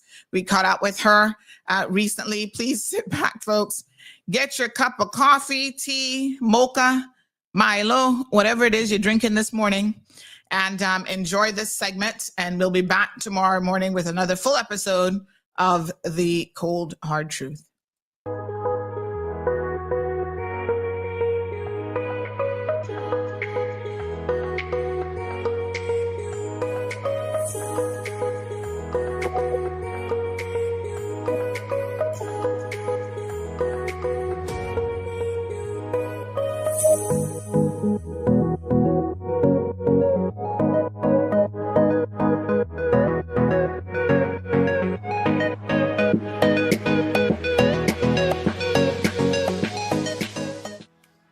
So it's been a minute, Kathy, since we have spoken to you at this level in terms of just having a casual sit down. And I know a lot has been going on. with you, even just with the family. And of course, these interviews are meant to focus more on you as an individual than anything political.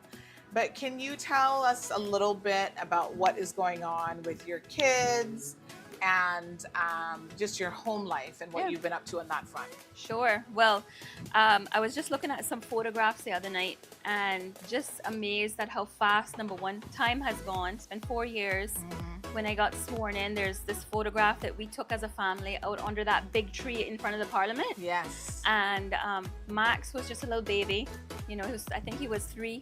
And, you know, now he's this wannabe 30-year-old. You know, he's 6, but he's, oh gosh, keeping everybody on their toes at home. Yeah. And then Zoe, she's 12. She's at John Gray. So she's getting busy with lots of activities related to school.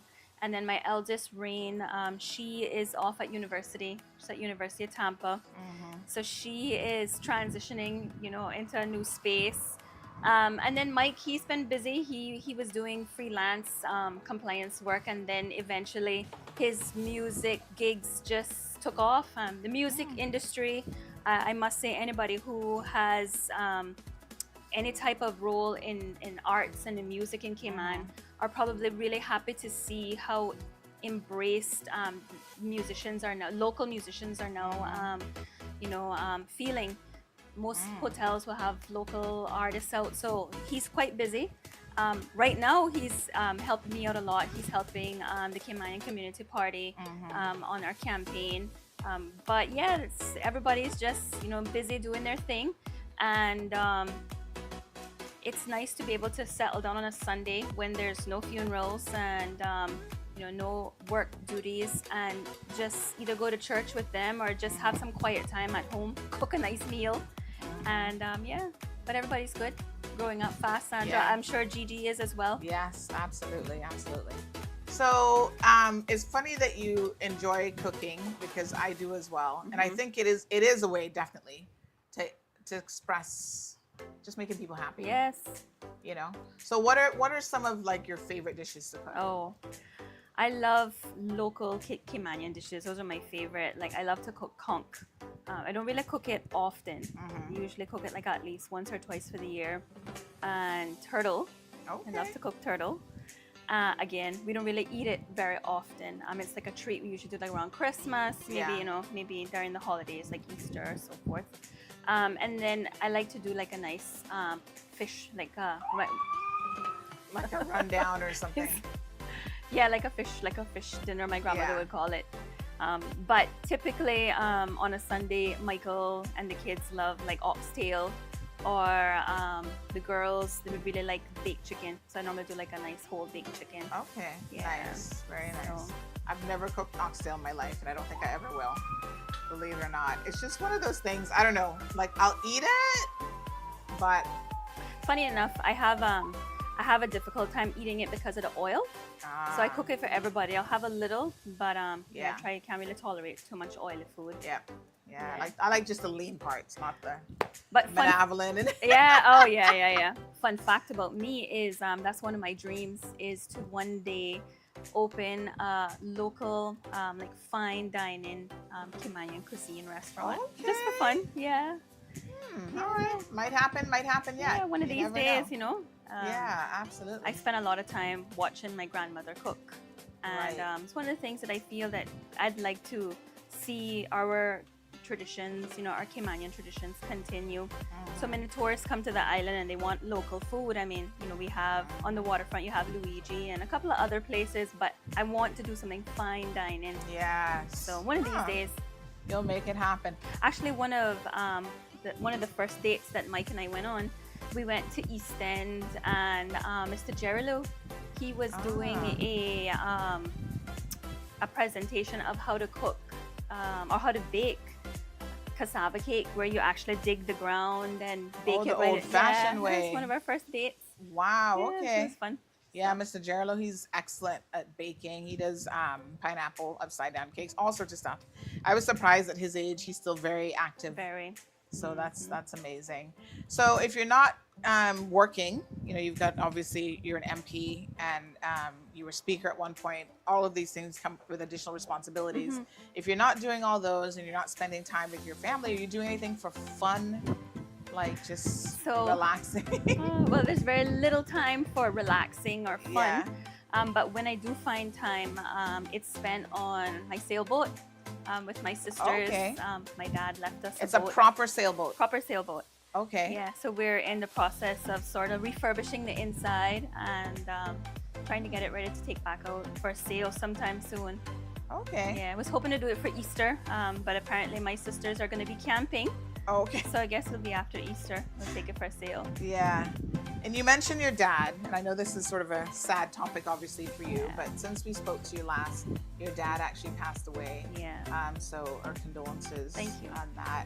What has life been like without him? Because I know he was such an important part of your life, really. It's hard to explain. I mean, I've heard people talk about grief before losing him. It's being able to exist in a world where he's no longer here and still smile and be happy, and then in the snap of a finger, his absence is so obvious. It's been probably the most challenging time that I've ever had to face in my life.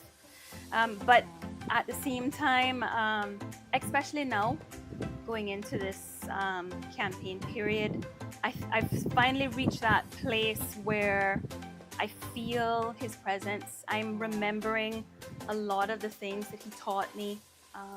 Just the other night, I was trying to find a song to come on stage with. And for weeks, I was trying to find a song, and finally, what really spoke to me was one of his songs that he loved by Jimmy Clift. And so I just, you learn how to live without them. But one of the things that sticks out in my mind is the saying that someone never dies until you forget them. I read a quote the other day where it said that parents are your sort of major role is you're living for your kids, but really to teach them to be able to live without you one day. Yeah. And like your whole life is really for them. you Yeah. know? So it's tough for sure. Tell us how you've developed. The last 4 years have had lots of ups and downs for you. I don't have to ask. Yes. I know. Sure. So how have you matured even on a personal level? Are you different than you were 4 years ago? Yeah, I think for sure I'm different. One of the things that I keep reflecting on since taking on this role is you become, I wouldn't say you become someone new, but you learn how to, at least for me, speaking for myself, learning how to deal with people, especially in a constituency and in a role. I mean, I hear all of my colleagues, not just in Cayman, but around the Caribbean region, speak about how difficult it is to be an MP. You may make one person feel happy today, and someone else, you might not have been able to accomplish what they wanted done, right?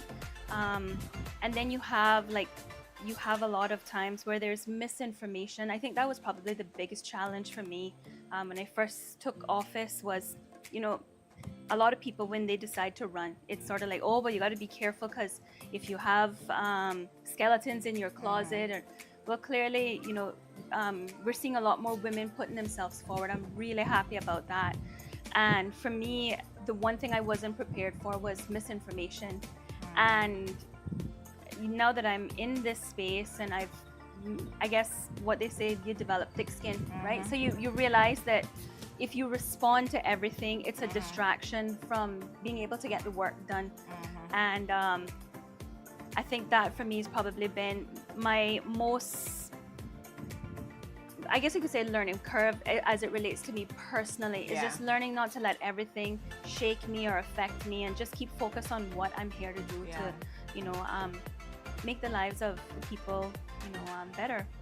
And then, so you think you're definitely tougher than you were 4 years ago? Oh yeah, definitely tougher than I was 4 years. For me, before politics, I couldn't handle anybody saying anything negative about me. I wanted everybody to like me. I still would enjoy knowing that people like me.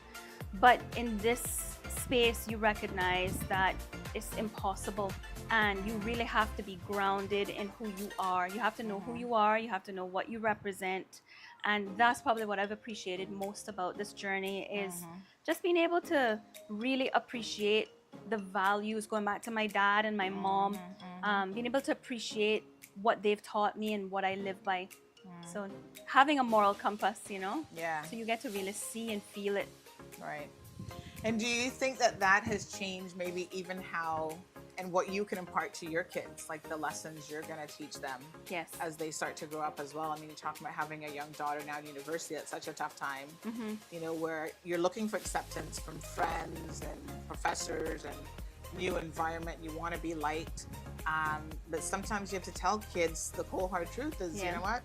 Sometimes in life, people are not going to like you, and that's not always within your control. Yeah. So you do what you can.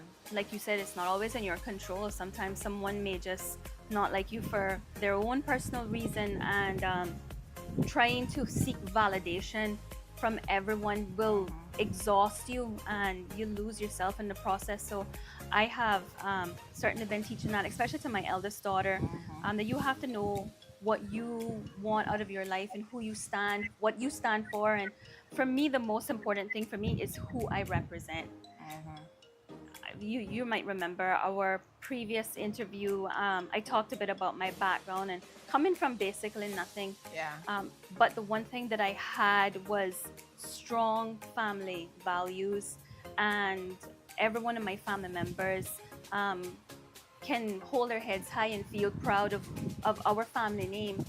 So that for me is something that I have felt obligated to do, continue to keep, you know, our family legacy going. Do you get a chance to do any reading or watching TV? I wonder if those fun things. TV? Yeah, sorry to mean to cut you. Yeah, no, that's okay. Do you get to incorporate any of those things into your life? Love to. Not really. I mean, I turn on the TV very seldomly. Yeah. Reading, yes. And I find that since I've become an MP, every single time I travel, anytime I go into a bookstore, it's usually something about leadership or communication, some sort of self-help. Yeah. No novels or anything fun like that. Yeah. Just finding ways to you know, further develop myself and be the best version I can be for myself, but also for the people that I represent. Yeah. Where do you see yourself in 10 years from now? Wow. 10 years from now. I guess for me, I certainly, because a term is 4 years. Yes. And sometimes you get so consumed in, you know, this role is, you know, very challenging. Anybody who sets out to run for public office and thinks that it's easy, they have a rude awakening. So for me, I was just speaking about it just the other day. Certainly see myself maybe in 8 years continue to be an MP. 10 years, I'd like to be on a boat somewhere sailing. You know, maybe in a restaurant serving local dishes. But again, sometimes one of the things I've learned from being in this this role and having this immense opportunity is that we can have a plan, but that might not necessarily be the plan that God has for us. So I have got to the place in my life where I'm just open. I feel like I finally figured out, you know, what they say, you might be able to remember the quote, when you find what you love, you never work a day in your life. Right. Yes. So this is hard work, but at the same time, it's something that I wake up happy to go and do. Yeah. I don't live for vacation. You know, 4 years has flown by. So I see myself doing this until God steers me somewhere else. But one of the things that I feel our country is really in need of is like sort of long-term holistic planning, you know, a lot of national planning. And so I'd like to see that not just sort of rolled out, but implemented before I decide to step away from politics. Not necessarily looking per se at a position, because I feel that you can affect, you know, those changes, whether you're a minister, you know, deputy premier, as long as you are around the table, Yeah. you can affect those changes. So for me, that's sort of where I see myself. Interesting. So you love being on the water.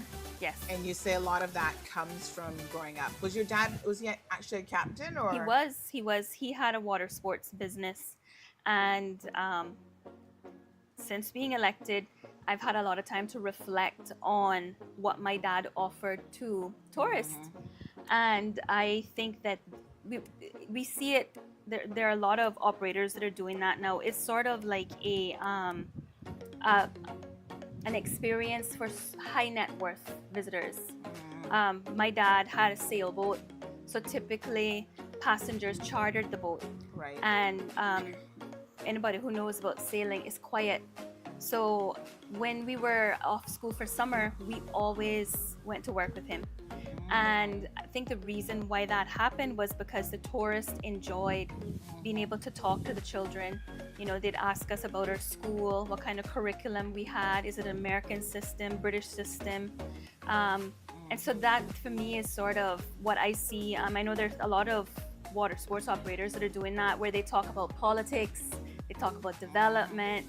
But yeah, that's what my dad did. And he offered also a unique Caymanian experience where he cooked right on the boat. He had like a little kitchen in the boat, so he cooked a local dish for them. Nice. And I was able to replicate that when the governor first arrived. Some friends of mine, they took us out on their boat, and I actually cooked the meal that my dad would have prepared. Oh, wow. Yeah, so it was nice. So the governor enjoyed it. Yeah, so you've gotten that from him. Yeah. You and your sisters just love to be on the water and Yeah. just enjoying that. My brother enjoys that as well, but Yeah. my brother, he is a guy that likes fast boats. He's Oh, not into the okay. sailing. He's in the speedboats. Yes, he's in the speedboat guy. Okay, very nice. Do you think that you could ever see yourself working in tourism? Like, you know, retirement vibe? Absolutely. I see myself working on a boat one day. Yeah. Certainly. Yeah, that would be fun. Sailing around and talking about my life experiences as a member of parliament. Absolutely. Talking about politics. Don't know if Reminiscing. Yeah, reminiscing. Michael and I, we talk about it every now and again that we're gonna sail off into the sunset between here and Cayman Brac, little Cayman, but we'll see. Yeah. What are your dreams for your kids? You know, obviously you've got a range, you've got your university, you're probably thinking more about what's she gonna do. Does she have any idea what she wants to study yet, or? She's studying finance. Okay. Yeah, she's studying finance, so we'll see. Yeah. She's always wanted to go into medicine, but after an internship changed her mind. Okay. So, yeah, so we'll Yeah. see. One of the things that I want to do is ensure that she does what she wants to do. Right. If I had it my way, I would probably push her more into the medical field, because it's one of the things that, one of the many occupations that I wanted to pursue was medicine. But for me, what I want for them is the same thing that I want for every other child. You know, my nieces, my nephews, the kids that belong to my friends, Gigi. It's just to be able to live in Cayman and to have opportunities available to them where, I don't know about you, Sandra, but it almost feels, I'll always remember this quote by a Caymanian lady where she said, when we had less, we had more. And I just want my children and the children of the Cayman Islands to have every single opportunity and then some that we had. And we know that things are becoming more competitive, but also the markets are growing now, right? Finances, where it was, you know, never was before. And our tourism market has the same potential, as well as there's so much more that we can do to diversify industries. So I just would love to see them be able to enjoy living here and still have some beach to go on and, you know, ocean to sail around in, because we have people coming from everywhere around the world to live here. Yeah, and absolutely. I want every Caymanian that is living overseas to get to that place where they feel like, you know what, I can go home now. Time to go home and raise my children home. So that's what I would love to see for our children and for the Cayman Islands. Yeah, that would be amazing. Yeah, it would be. We're here at West Bay. Looks like the regiment has an exercise they're doing today. All their trucks are now rolling in. This is such a beautiful location here by the stadium. Do you get to bring your kids here and at least have them enjoy this scenery? I know you do stuff around Christmas time for the children, but you know, just using the outdoor space, how important is that in your own life? Yes. That you get outdoors. You talk about being on the ocean, that's important. Right. But even just, you know, walking around, gardening, these things, I think, sort of reconnecting with nature, if you will, sort of a really, really important part of our lives. But we're so busy, stuck in front of like computers and indoors a lot.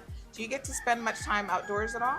I wouldn't say much, but I do try to, especially like on the weekends, mostly on Sunday mornings, I'll try to unplug for a couple of hours. And especially with Max, I'll take him out. We normally go to the park with my sisters and their kids so that they can play and, you know, get hot and sweaty.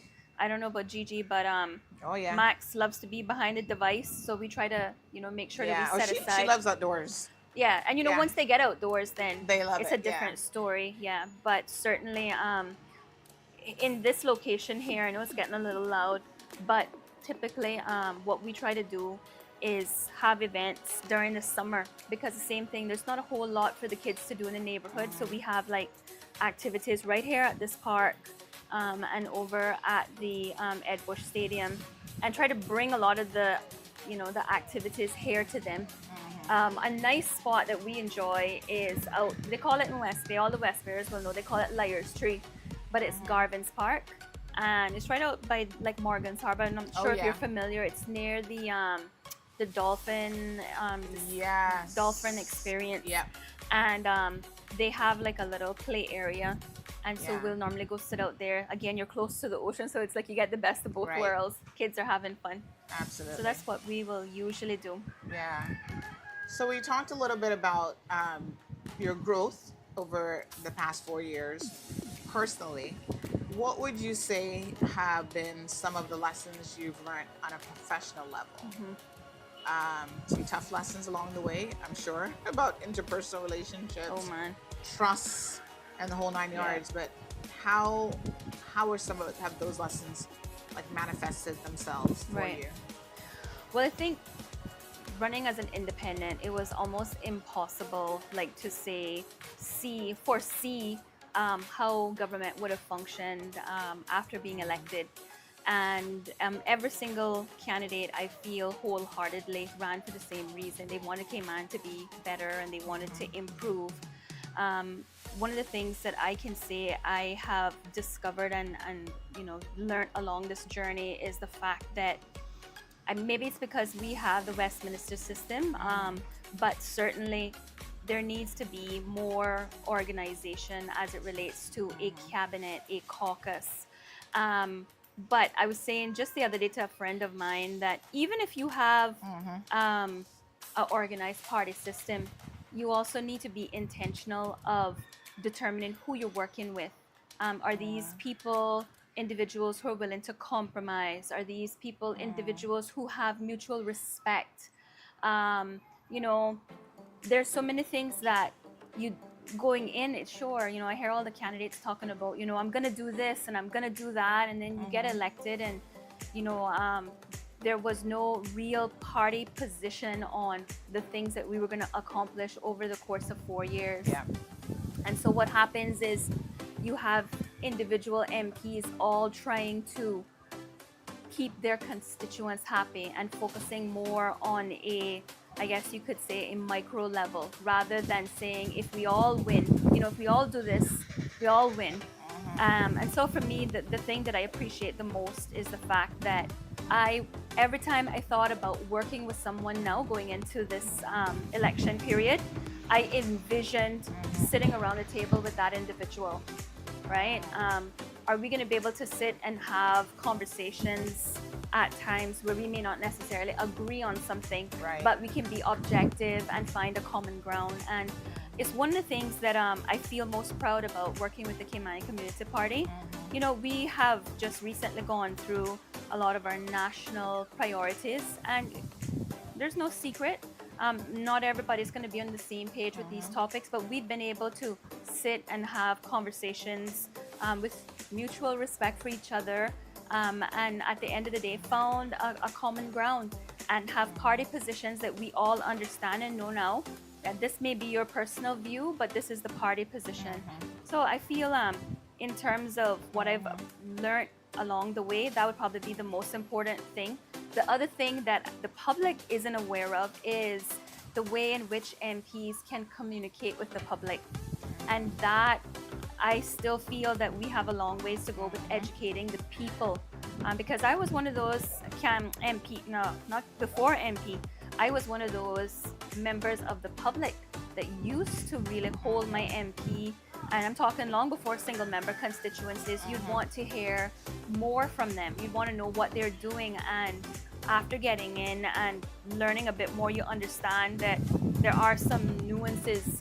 Collective responsibility is a blessing and a curse. But at the same time, you know, again, having the experience now, I feel confident going into this new term, with the party, where we are able to find ways that we can keep engaged with the community and communicate with them. Yeah. So when I hear you make that statement, for me, it always comes back to managing people's expectations. Yes. People don't understand. And even a lot of people who put themselves up for elected office, they themselves don't understand what they're actually getting into. So that's where the learning curve, when you get in there, Yes. that's where it becomes like, whoa, this is actually how it works. You know, so professionally, I think that's a takeaway, because everybody's optimistic. You know, I watch candidates, I listen to them at the debate, and they say, oh, experience doesn't matter. You know, they're overplaying the experience that's needed. And that's where I say, if you ever get a chance, you'll know how that experience will let you know that you can have the best intentions in the world and still go in there and get nothing accomplished, because this is the nature of the beast, so to speak. Yes. Right. So it's good to have acknowledge that, you know, you might be starting from this particular place professionally, and now you have 4 years in, you have a much broader understanding, a much better, more in-depth understanding of how things actually work. And that maybe tempers, do you think that tempers the things that you even say? Yeah, and I mean, well, I will say that when I ran last election, my 2021 manifesto was very realistic. Like, I didn't promise to do anything on a national level because I didn't know where I would land. But now I feel more confident and comfortable to be able to tell the people, like, this is what we're going to do to address cost of living.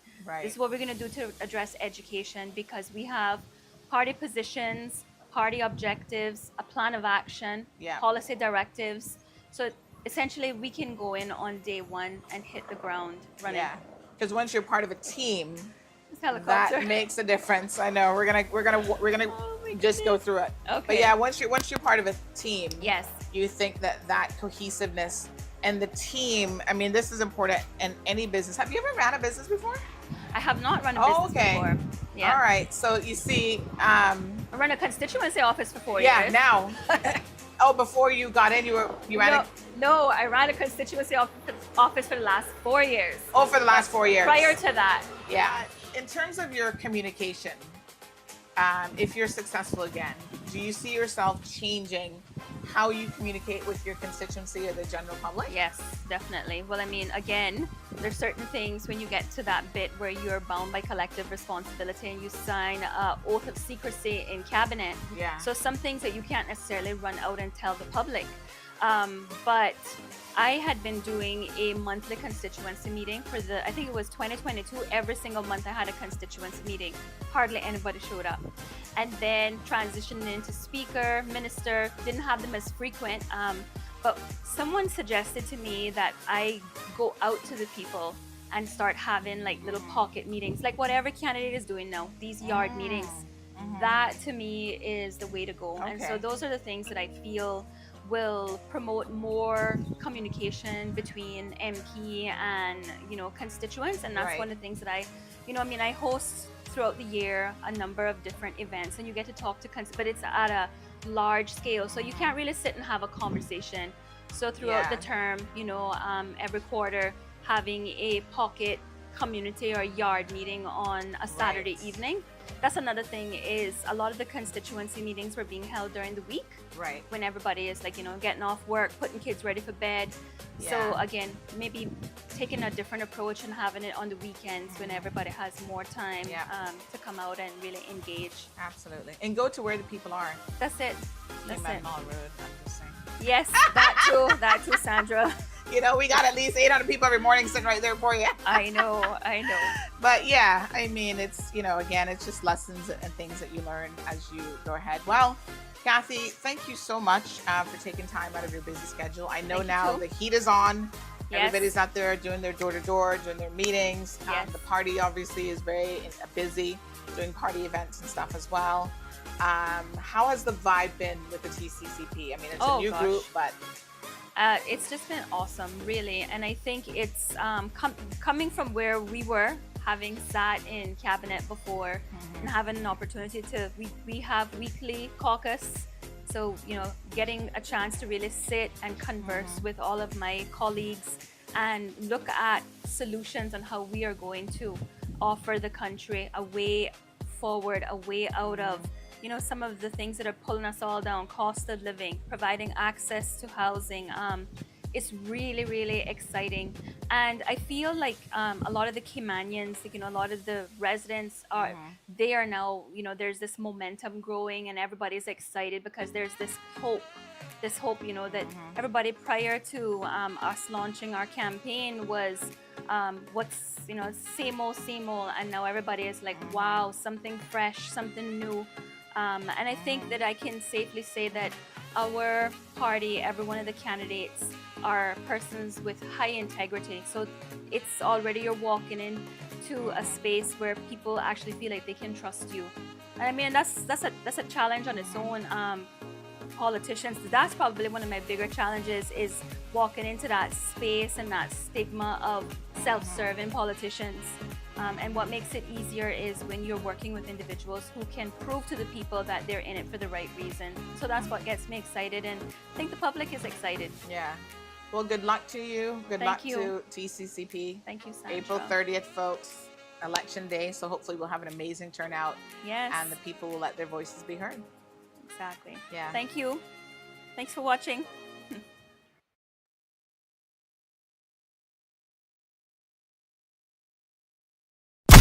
Thank you for tuning in to another episode of The Cold Hard Truth on Bobo 89.1 FM. Cayman's #1 talk show is live weekdays from 7:30 a.m. Never miss an episode again. Watch anytime on CMR's Facebook and YouTube channels for the latest show episodes. Don't forget to follow us online on our social media channels. And visit CaymanMarlRoad.com for all the latest news and community happenings.